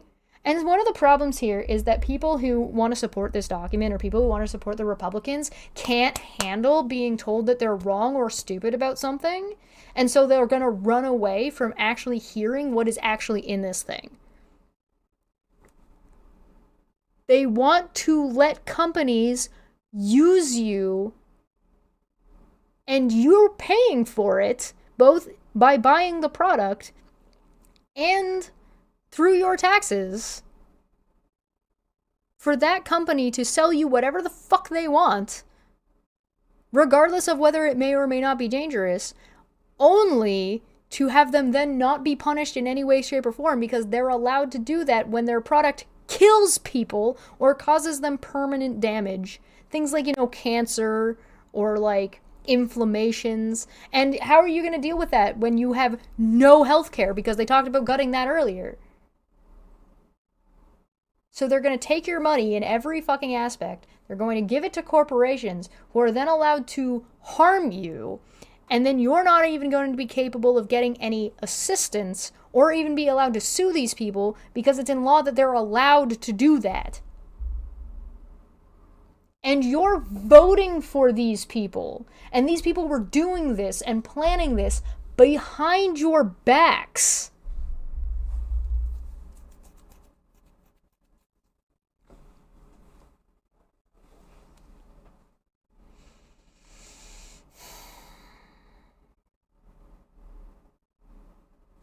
Everybody needs to screenshot this and tweet it. Or post it on Blue Sky. Just this one section. Right here. I'll make it a little bit... Whoops. Shit. Oh no. I zoomed up too much. Now I cry. Where'd it go? Here we go. This part right here. I'll make it a little bit wider so you guys can see the whole section. This part. This bit right here. Can I make it longer? Right there. Office of Chemical Safety and Pollution Prevention. This.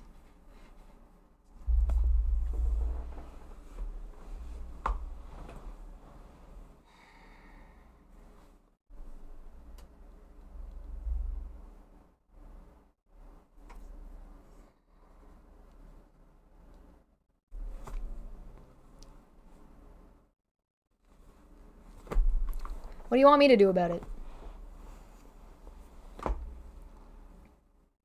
Gotta be scary living next door to America, let alone in it. Well, okay, so here's what's gonna happen. If this type of thing goes through, luckily, Canada and other countries already have rules and regulations. Like, we have our own versions of the Food and Drug Safety Administration, right? We have our own. We have our own versions of the FDA. And one of the things that will happen is that companies will make these products. These products will not be able to be sold anywhere except in America, which is going to then limit the amount of money that can even be made in the first place and isolate Americans and isolate America further. And then people like this are going to use rhetoric saying that the countries are unfairly targeting Americans, and then use that to bolster the American people into doing something fucking stupid.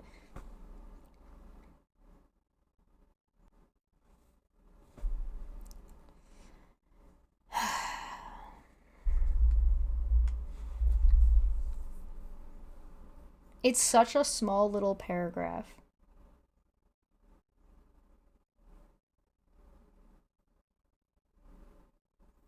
It's such like a small little one little bit inside of 920 pages.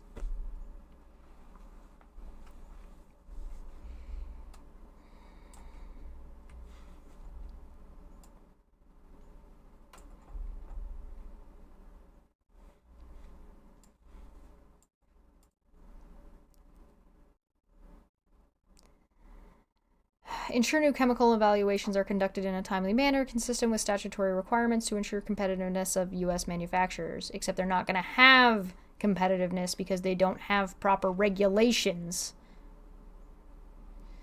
For new chemicals, reset the program to ensure that reviews are completed on a timeline that is consistent with the statute. This revising the regulations governing the reviews of new chemicals. The government doesn't work for the corporations. It works for the people, to care about them, not the bottom line for people that are fucking profiteering.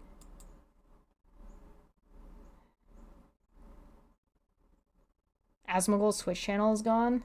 I mentioned that earlier in the stream, that he said some pretty horrific shit about what's going on in Israel-Palestine situation, as well as like just some other shit. He made a statement about it, and that wasn't good either, but his Twitch channel's gone. Interesting. We'll talk about it later. Ensure that risk evaluations and risk management rules presume that workplaces are following all OSHA requirements. Why would you assume that? That's the point of doing the evaluation, including requirements for personal protective equipment, PPE. Oh, so you want the people who are the workers to fucking die. You want to just open up opportunities for corporations to take advantage of working class Americans. Apply real-world use of chemicals when assessing conditions for use for risk evaluation. What? The fuck does that even mean? Transition the Safer Choice program to the private sector. Why would we trust the private sector with that? Right size the TSCA's fees rule so that it is consistent with the tasks that the agency is actually completing within the timeline of the statute and is not covering the cost of EPA inefficiency or overreach. And how are you defining that? Revise existing policies to address the requirements of the 2016 Lautenberg amendments to the TSCA. You notice how they haven't told you what any of these things are? Develop a framework rule for risk management approaches that will be used under TSCA for existing chemicals. Needed reforms and new policies in OPP pesticides. OPP should rely on the Department of Agriculture and state usage data that reflects actual pesticide use in registration reviews and Endangered Species Act ESA analysis. The U.S. Fish and Wildlife Service, National Marine Service should rely on similar data in their ESA analysis. And what makes you think they're not utilizing that data and other data? Are you saying they should only rely on that data? Because that's foolish. OPP has rigorous testing requirements that registrants must meet before pesticides are allowed on the market. However, when pesticides undergo registration review every 15 years, EPA relies on publicly available data with differing levels of quality and transparency. Data standards are needed to ensure that information relied on by EPA is made available to the agency at a similar level as the original testing data conducted by the registrants to ensure that EPA can conduct a robust review and analysis of the data. Then why are you asking people to not provide data? ECA reform for pesticides is necessary. When approving pesticides, FIFRA allows for cost-benefit balancing, recognizing that pesticides are effective precisely because they harm pests. What a foolishly shallow understanding. However, the ESA does not allow for any consideration of the beneficial effects of pesticides. Yes, it does. That's why they're considering them in the first place. In order to meet the ESA obligations, pesticides uses are severely restricted, correct, leaving growers with limited tools for crop production. Then produce new shit, innovate, let the free market go do its thing. Oh, that's not working? Fascinating. New policies are needed. Stop forcing the American people to shoulder the burden of lazy capitalist pigs. New policies are needed. Leeches. New policies are needed to ensure that other program offices such as the ORD, OW, and OLUM will defer to OPP on toxicity issues. Why would they defer to OPP on toxicity issues? OPP has rigorous testing requirements for pesticides, ingredients, and products to ensure before they go to the market that their use will not harm human health and the environment. Assessments by other offices are redundant. Why? All of them focus on different things. You should use all of the information. You people are fucking insane. While individual pesticide registrations are considered adjudications and not reviewed by the Official Management Budget, OMB, consistent with a 1993 OMB guidance, when pesticide tolerances and restrictions are withdrawn by an agency as opposed to being withdrawn voluntarily by registrants, these actions should undergo coordinated agency review managed by OMB. Why?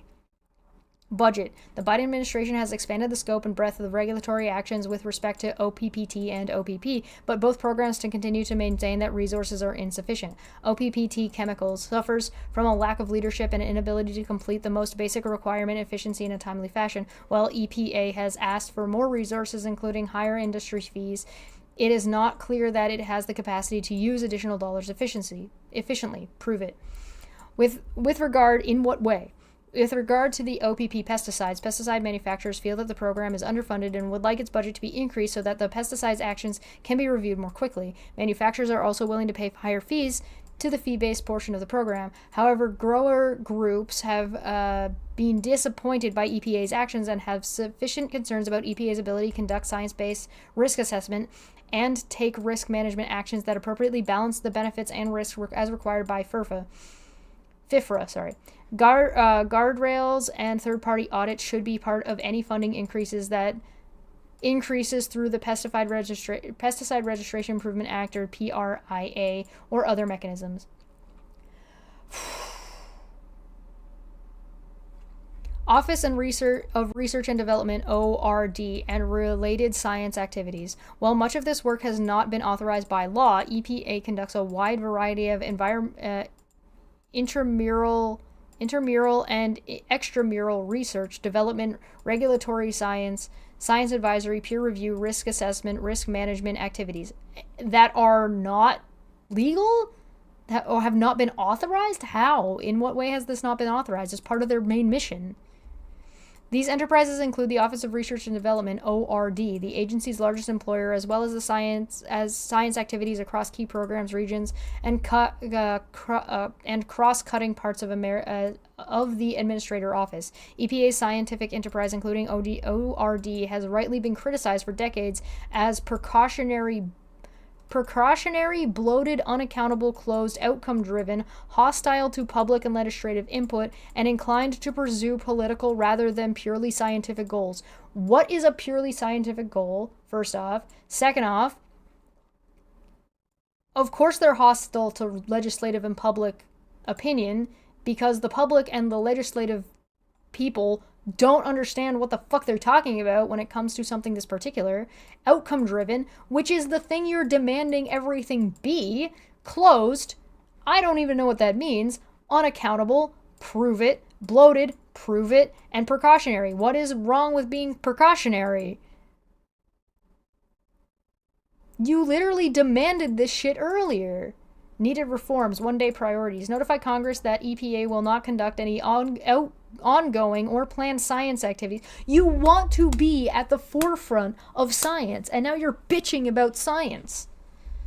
Notify Congress that EPA will not conduct any ongoing or planned science activity for which there is not clear and current congressional authorization. This priority should be underscored in the president's first budget request.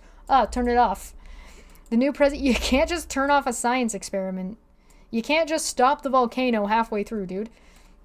The new president's inauguration day regulatory review / freeze directive should avoid exceptions for EPA action. This freeze could inexplicitly include quasi-regulatory actions, including admission determinations, standards, and guidance that have failed to go through notice and comment process and may date back years. Oh, they want to turn it off. Pause for review all contracts above $100,000 with heavy focus on major external peer review and regulatory models. So pause and review it. Call for the public to identify areas where EPA has inconsistently assessed risk, failed to use best science, or participated in research misconduct. How are just the public going to be able to identify the failed use of best science?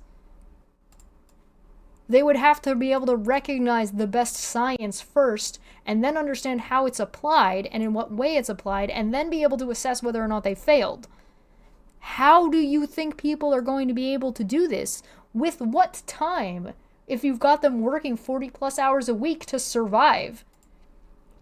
Eliminate the use of unauthorized regulatory inputs like social cost of carbon, black box, and proprietary models, and unrealistic climate scenarios, using those based on representative construction pathways, RCP 8.5. Unrealistic climate scenarios? Oh, you mean like that giant hurricane Oh, you mean like snow in in Texas? Weather isn't the climate, by the way. The climate is more than just the current weather you're experiencing. Personnel, quickly nominate a reform-minded assistant administrator for research and development. Institute our own guy. Install our own dictatorship. Appoint and empower a science advisor reporting directly to administrators, in addition to a substantial investment, no fewer than 6 senior political appointees. 6 senior political appointees charged with overseeing and reforming EPA research and scientific activities. Notice how it doesn't say that you need a scientist as a science advisor or a science communicator as a science advisor. They actually said no fewer than 6 senior political appointees. Qualifications for these positions should emphasize management, oversight, and execution skills, including leading state environmental agencies, as opposed to personal scientific output. So not only did they not specify hiring a scientist, they actually encouraged not hiring a scientist as the science advisor.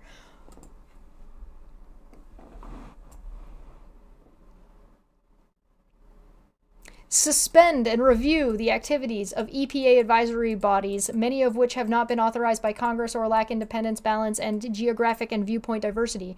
Retract delegations for key science and risk assessment decisions from assistant administration, regional offices, and career officials. Eliminate the use of Title 2022 hiring authority that allows ORD to spend millions of taxpayer dollars for salaries of certain employees above the civil service scale. Announce plans to streamline and reform EPA's poorly coordinated and managed laboratory structure, which they have not demonstrated. Budget back to basic rejection of unauthorized or expired science activities. A top priority should be the immediate and consistent rejection of all EPA, ORD, and science activities that have not been authorized by Congress in fiscal year 2022. According to EPA's opaque budgeting efforts, science and technology activities totaled nearly $730 million. Still, a fraction of the cost that one man spent on Twitter, which was $44 billion. EPA's fiscal year 2023 budget request for the Office of Research and Development seeks funds more than 1,850 employees, a dramatic increase for what is already the largest EPA office with well above 10% of the agency's workforce. ORD conducts a wide-ranging series of science and peer review. Oh, hold on, I'm going to pause for a second. Sorry, I need to stop. Look at me for a second. If America wanted to demonstrate that it was working for the people, and America wanted to demonstrate that they are one of the richest and most powerful countries in the world, and that's what the Republican Party wanted to get across, then every budget that is below the amount of money spent on one social media site should be upped to $44 billion.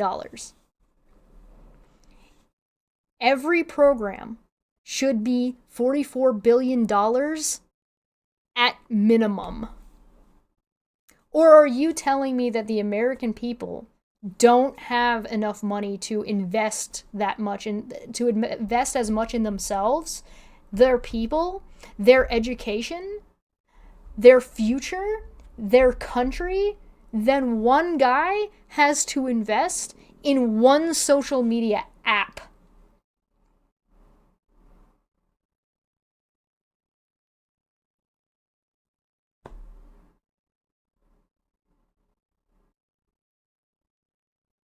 And if the American government can't afford that, and the American people can't afford that, but they can afford to give more money than that to Boeing, and they can afford to gift more money than that to Donald Trump and Elon Musk in tax rebates,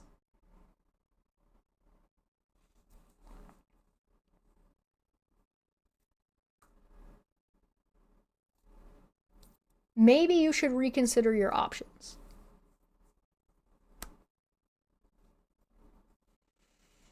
EPA's fiscal year 2023 budget request for the Office of Research and Development seeks funds for more than 1,850 employees, a dramatic increase from what is already the largest EPA office, well above 10% of the agency's workforce. ORD conducts a wide-ranging series of science and peer review activities, some in support of regulatory programs established by our environmental laws, but often lack authority for these specific endeavors. Several ORD offices and programs, many of which constitute unaccountable efforts to use science determinations to drive regulatory enforcement and legal decisions, should be eliminated. I thought you said you wanted the data. Now you don't. You want to gut the place where you get the data to make regulatory decisions that you think should be science-based and not political-based. But you want to get rid of the science. It's almost like you're idiots, and you're liars, and you're con artists, conning and stealing from the American people to undermine the American people's democracy to install your own dictatorship because you're traitors. Several ORD offices, programs, many of which constitute blah, blah, blah, blah, blah. The Integrated Risk Information System, for example, was ostensibly designed by EPA to evaluate hazard and dose response for certain chemicals. Despite operating since the 1980s, the program has never been authorized by Congress and often sets safe levels based on questionable science and below background levels, resulting in billions in economic losses. Again, you're putting the value of $1 over the people that you're supposed to be working for. That's like going to your boss and leaving tripping hazards everywhere and saying, like, yeah, but it makes us more money. You can just die. The program has been criticized by a wide variety of stakeholders. I don't care. States, Congress, the National Academies of Science, Engineering, and Medicine, NASEM, and the U.S. Government Accountability Office, GAO, among others. EPA has failed to implement meaningful reforms, and this unaccountable program threatens key regulatory processes as well as the integrity of the Clean Air Act and the TSCA implementation. Needed EPA advisory board reforms. EPA currently operates 21 federal advisory committees. These committees often play an outsized role in determining agency scientific and regulatory policy, and their membership has too often been handpicked to achieve certain political positions. In the Biden administration, key EPA advisory committees were purged of balanced perspectives, geography, diversity. I need you to get this diversity and DEI hiring out of my fucking Project 2025 document, please and thank you. Interesting that you care about DEI when it lets you instill whoever you think you want. Important regulatory and private sector experience. Private sector experience doesn't matter in this space. And state, local, and tribal expertise. Contrary to congressional directives and recommendations from GAO and intergovernmental associations, these moves eviscerated historical levels of participation on key committees by state, local, and tribal members from 2017 to 2020. How is it historical levels in 2017? Is 2017 that long ago? As a result, a variety of EPA regulations lack relevant scientific perspectives. You literally said to have a scientific person, a scientific advisor, not be a scientist. You needed to shut the fuck up about anything else. Increasing the risk of economic fallout and failure of cooperative federalism. EPA also has repeatedly disregarded legal requirements regarding the role of these advisory committees and the scope of scientific advice on key regulations. Again, they're still not actually giving you an example. Needed science policy reforms. Instead of allowing these efforts to be misused for scaremongering, risk communications, and environment activities, EPA should embrace so-called citizen science and deputize the public to subject the agency science to greater scrutiny, especially in areas of data analysis, identification of scientific flaws, and research misconduct. In addition, the EPA should. Bro, you want to get non-scientists to do data analysis and look for scientific flaws and research misconduct. You want the private sector to do that. You want political appointees to do that. Because they're going to be able to tell, right? That's not government overreach, right? Shift responsibility for evaluating misconduct away from its Office of Scientific Integrity, which has been overseen by environmental activists, and towards an independent body. Hey, maybe if all your scientists are saying that this is a problem, you should fucking listen to them, because that's what they're there for. Work, including with Congress, to provide incentives similar to those under the False Claims Act for the public to identify scientific flaws in research misconduct, thereby saving taxpayers from having to bear the cost involving expending unnecessary resources. How much time and money is going to be wasted on people who don't understand science reporting things about science that are going to have to be reviewed? Avoid proprietary black box models for key regulations. Nearly all major EPA regulations are based on non-transparent models for which the public lacks access, for which the scientific costs prevent the public from understanding agency analysis. Then what you should be doing is making that accessible and educating your constituents, your public, on science, so that way they can understand those models, as opposed to don't use the models anymore because our people, like, we're too dumb to understand them. Reject precautionary default models and uncertainty factors. In the face of uncertainty around associations between certain pollutants and health or welfare endpoints, EPA's heavy reliance on default assumptions like its low-dose, linear, non-threshold model bake orders of magnitude of risk into key regulatory inputs and to drive flawed and opaque decisions. Given the disproportionate economic impact on top-down solutions, EPA should implement an approach that defaults to less restrictive regulatory outcomes. I want to make this clear to you. EPA heftily relies on defaulting to choosing safer options and heftier limits of pollutants and health and welfare of people. And this document is saying you need to stop doing that and focus on the profit instead. That's insane. Refocuses research activity. This is an attack. Refocuses research activities on accountable real-world examinations of the efficiency of its regulations, with a heavy emphasis on characterization and better understanding of natural background, international, and anthropogenic contributions of key pollutants. It should embrace concepts laid out in the 2018 Back to Basics process of reviewing National Ambient Air Quality Standards memo to ensure that any science and risk assessment for the NAAQS matches congressional direction. Legislative reforms.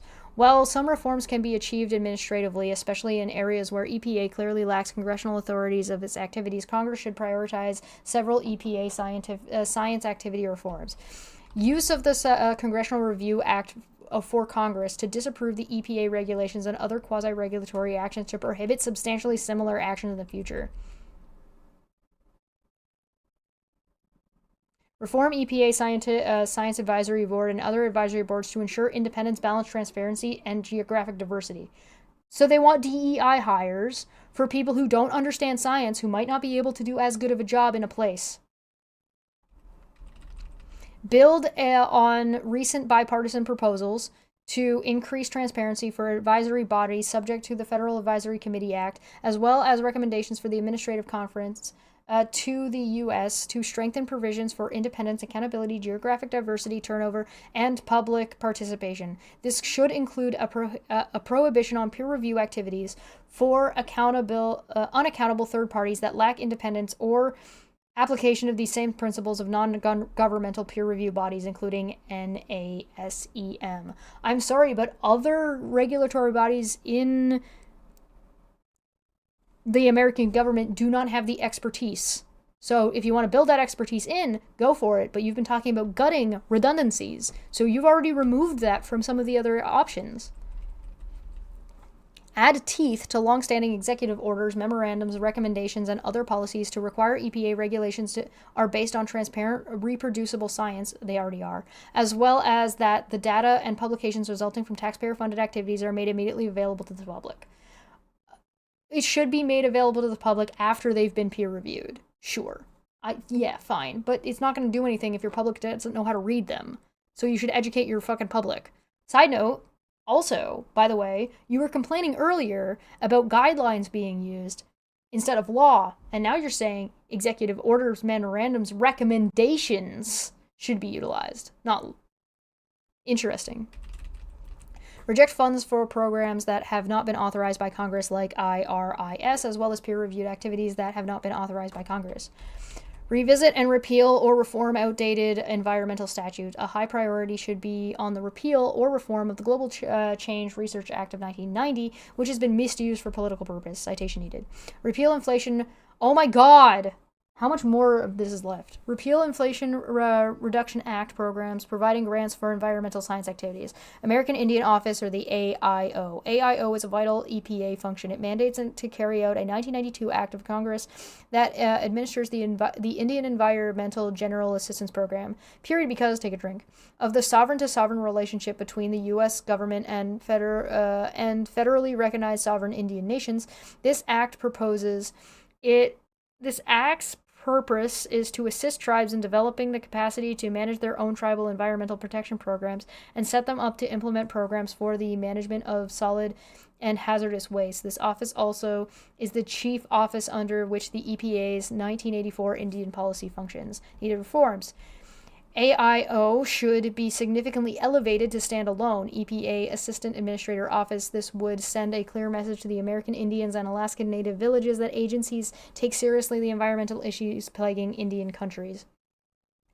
Well, designated a headquarters office with direct reporting to the administrator. Its location should be the American West, closer to most tribal nations. This could include Oklahoma City, Oklahoma, Dallas, Texas, or Denver, Colorado.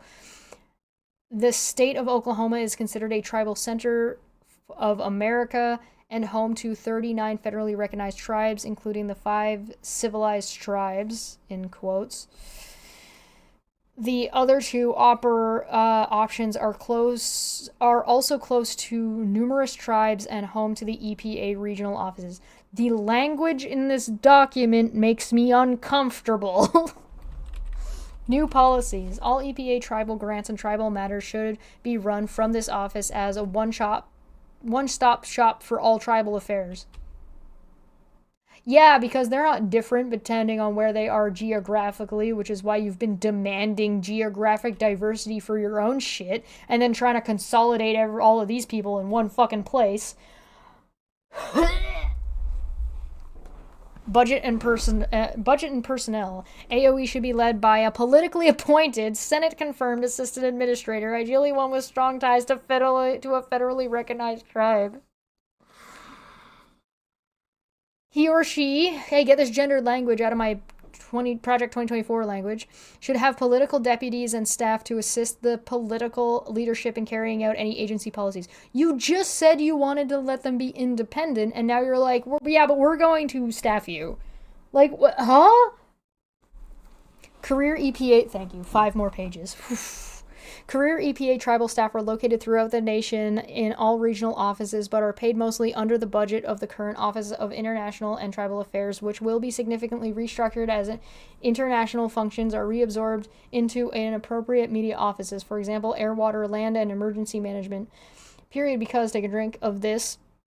Tribal staff should be fully under the authority of the new American Indian Office and its assistant administrator, not the regional offices. Office of General Counsel, OGC. OGC serves as the chief legal advisor to EPA's policy-making officials. It also provides legal support to regional actions and enforcement of compliant legislation. OGC lawyers represent the agency in court alongside the Department of Justice, typically defending agency actions. Need reforms and new policies. Review EPA's environmental justice and Title IV authority. Whenever possible, the Biden administration is broadening the EPA's use and interpretation of environmental justice, EJ, the Title IV of the Civil Rights Act of 1964, beyond long-standing understandings of the legal limits of that authority. As a threshold matter, there is an opportunity to redefine EJ as a tool for the agency to prioritize environmental protection and assistance to communities in proximity in proximity to pollution or with the greatest need for additional protection. Allocations of agency resources increase EPA enforcement and or agency distribution of grants should be based on neutral constitutional principles. So you're saying that the EPA should have more to its capabilities of going after the people who fucked over Flint, Michigan? In 2023, the Supreme Court is expected to provide guidance on the constitutionality of race-based discrimination as it considers Students for Fair Administration versus University of North Carolina. Accordingly, the next administration should pause all and review all ongoing EJ and Title IV actions to ensure they are consistent with any forthcoming SCOTUS decisions. So after we stacked the Supreme Court, we want to stop everything to make sure that the Supreme Court has time to fix everything in our favor, and then we can deny everything that we don't want to do. Establish a policy of legally speaking with one voice. Some EPA office, for example, the Office of Enforcement and Compliance Assurance and the Office of Regional Counsel, assert legal positions and interpretations of the law that conflict with an administration's interpretation as articulated by OGC with input from program offices. It is unacceptable for the agency to have inconsistent legal positions, particularly with respect to key interpretive issues. All attorneys with authority to represent EPA, not necessarily all attorneys, should therefore be housed in OGC. These offices include. So if they're like, yeah, Elon doing this is against fucking our shit and fucks us over, and Elon is now part of the government because they hire him to do this government efficiencies thing that he wants to do, then they're in trouble, I guess. That's fucking insane. The Office of Enforcement and Compliance Assurance, or OECA. OECA was established during the Clinton administration. Enforcement attorneys tend to take legal positions to win cases or obtain settlements that may be consistent with... Oh, it's right. Is that hail? Is it hailing? Hold on. Wait a minute. Hold up. Hold up.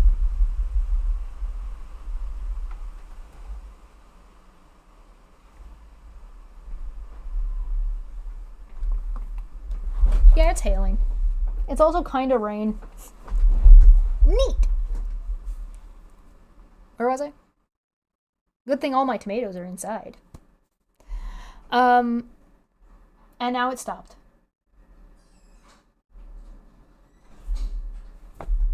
Climate. Oh, Puck is fine. He's inside right now. Where was I?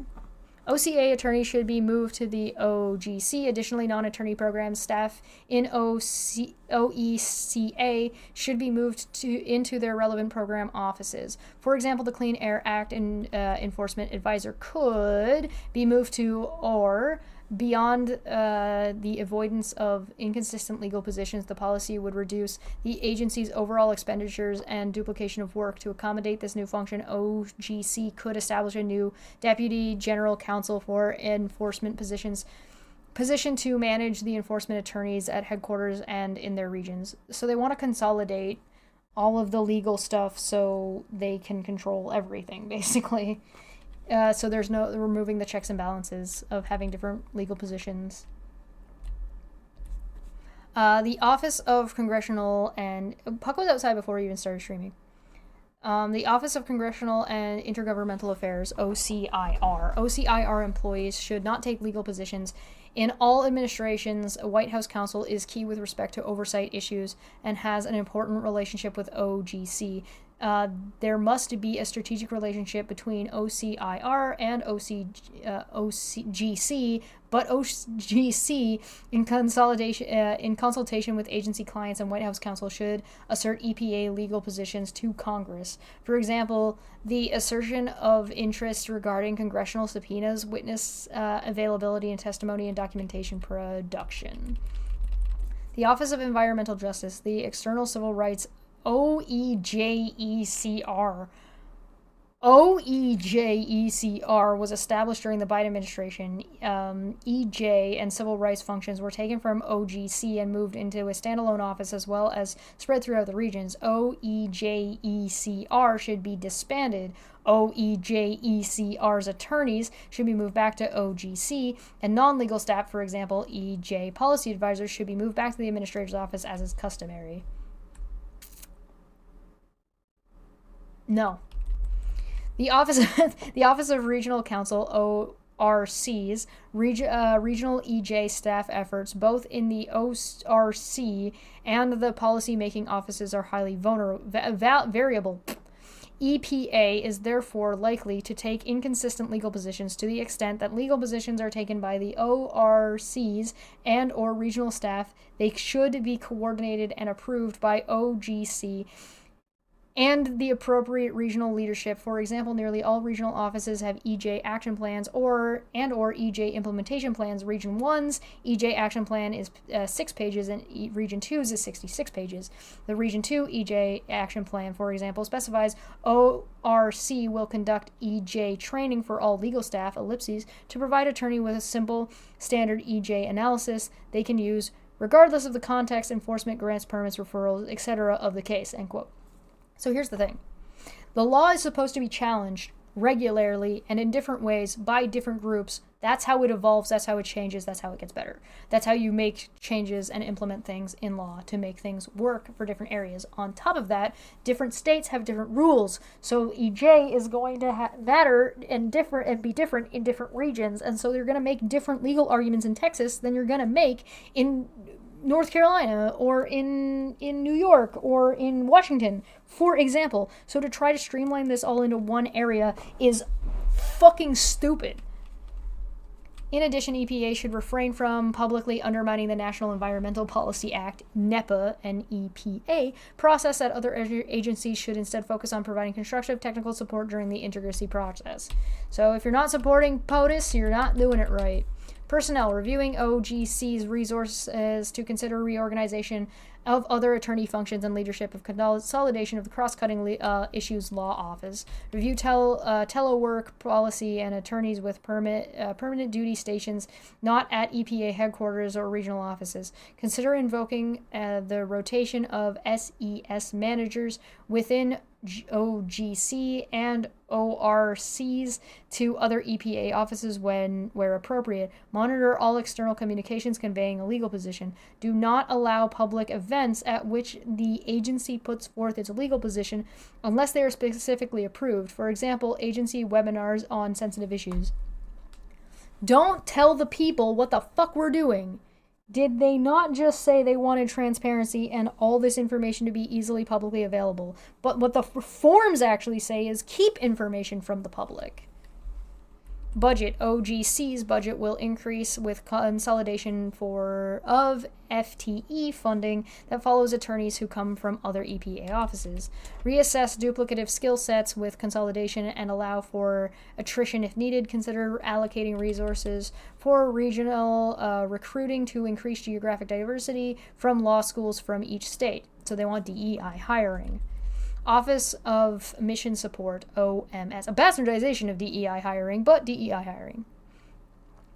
OMS leads the agency's core mission support function to improve efficiency, coordination, and customer experience for internal customers, stakeholders, and public, including protection of EPA facilities and other critical assets nationwide, acquisition activities, contracts, grant management, human capital, information technologies, and information management activities. Grant reform. EPA now awards up to $30 billion in grants annually, which is still less than Twitter was bought by Elon for. Up to half of the agency's annual budget. Of these funds, $500 million is awarded as discretionary. This grant making, discretionary and otherwise, is driven by ideology instead of need. Of particular concern is the practice whereby numerous small dollar grants are administered to a great number of grantees while larger grants are given to academic institutions. Yeah, imagine it being academics. As a result, grant funds produce little to no meaningful improvements in the environment and public safe health, and instead fund questionably relevant projects at elite private academic institutions that variably produce radical environmental research.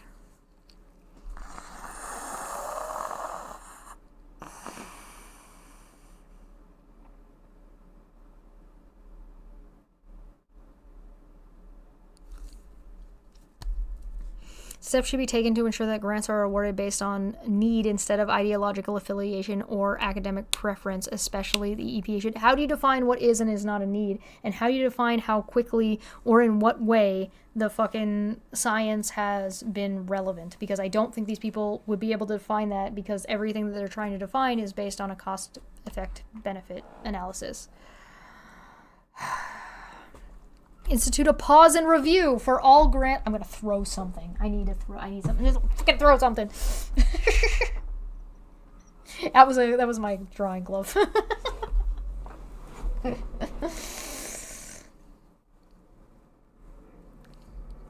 Institute a pause and reform for all grants over a certain threshold. Put a political appointee in charge of the grants office to prioritize distribution of grants to those who are most in need towards projects that will tangibly improve the environment. Okay, I'm going to read this again. I'm reading this again. Listen very carefully. I know we've been at this for a really long time. Please, if you hear nothing from this except for this part, please listen. Steps should be taken to ensure that grants are awarded based on need instead of ideological affiliation or academic preferences. Right? That's political. Put a political appointee in charge of the grants office to prioritize distribution of grants to those who are most in need towards projects that will tangibly improve the environment. That is someone with an ideological affiliation and a political preference being put in the place to decide what is tangibly good to improve the environment, regardless of what the science says, because you're hiring a political appointee, not a scientist.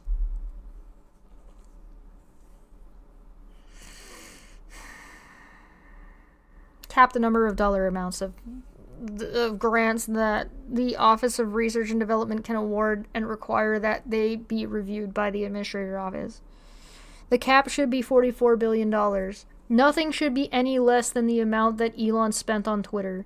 And if you're going to argue that anything that that benefits the American people should be less than what one guy spent on one social media site, then you need to address that guy and that amount of money and that problem. Office of the Chief Financial Officer, OCFO. OCFO formulates and manages EPA's annual budget and performance plan according to EPA's strategic planning efforts, develops EPA's annual performance and accountability report, and implements the Government Performance and Results Act. Major reforms. The EPA has been audited by the agency's Inspector General for decades, well beyond accepted norms for private sector financial audits. Nobody cares. The government is not held to private sector. Fuck you. Audit teams should be diversified. Oh, you want diversity hiring. Okay, so we're back to DEI again. Staffing assignments, especially at the senior level, should be reviewed and streamlined, and the office should consolidate space to save agency costs. For example, 6 offices need 6 security contracts to protect employees when the contract would suffice. New policies, review travel and reimbursement. Wait, you just said that China's been stealing your information about climate change research and shit, and now you're saying you want less security? Review travel and reimbursement policies for best practices aligned with industry norms.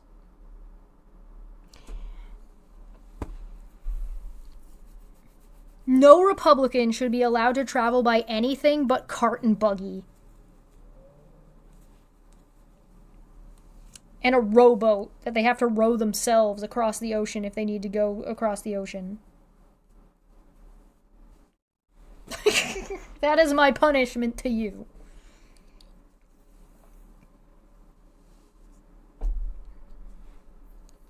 My hair is driving me crazy. I'm losing my mind, man. I'm losing my mind.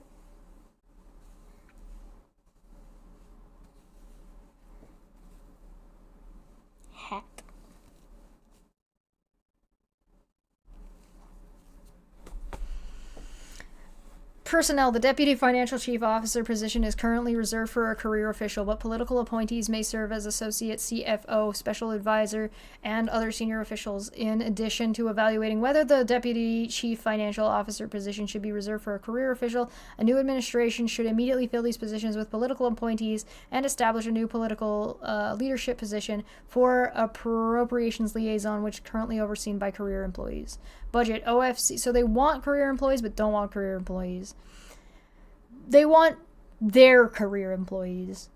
Budget. OCFO is by that they mean yes men. OCFO is responsible for drafting and sharing the president's budget with the Congress. The CFO often testifies along with the administrator. Efforts to simplify the budget request could improve the overall transparency and general understanding in the agency's work. Conclusion. Oh my God.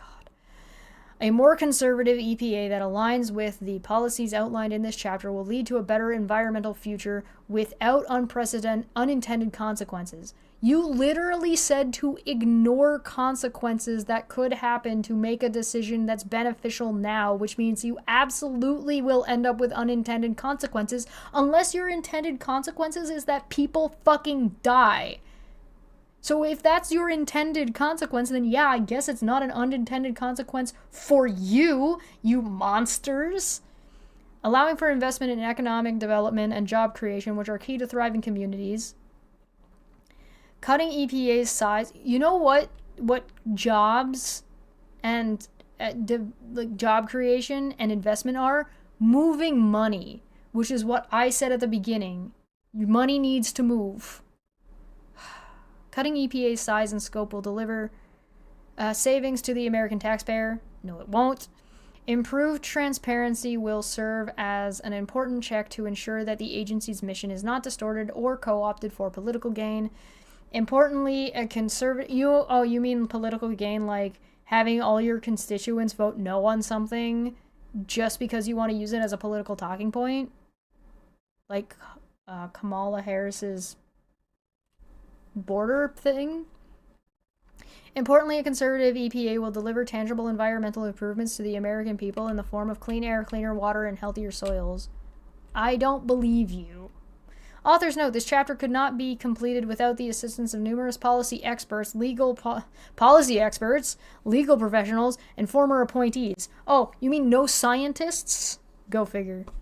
A special note thanks to David Harlow, Justin Schwab, Aaron Sasbo, Clint Woods, and Scott Mason IV. The author alone assumes responsibility for this chapter. No views here expressed here and should be attributed to any other individual. You're all traitors. I hate you all. I'm leaving. I'm going to go get some food, and I'm going to go play Mart. The store opens in a half an hour over on Twitch, and I will see you. I got to show you the fucking things. Yeah, here's the fucking... I forgot about this shit. Let me out. Let me out.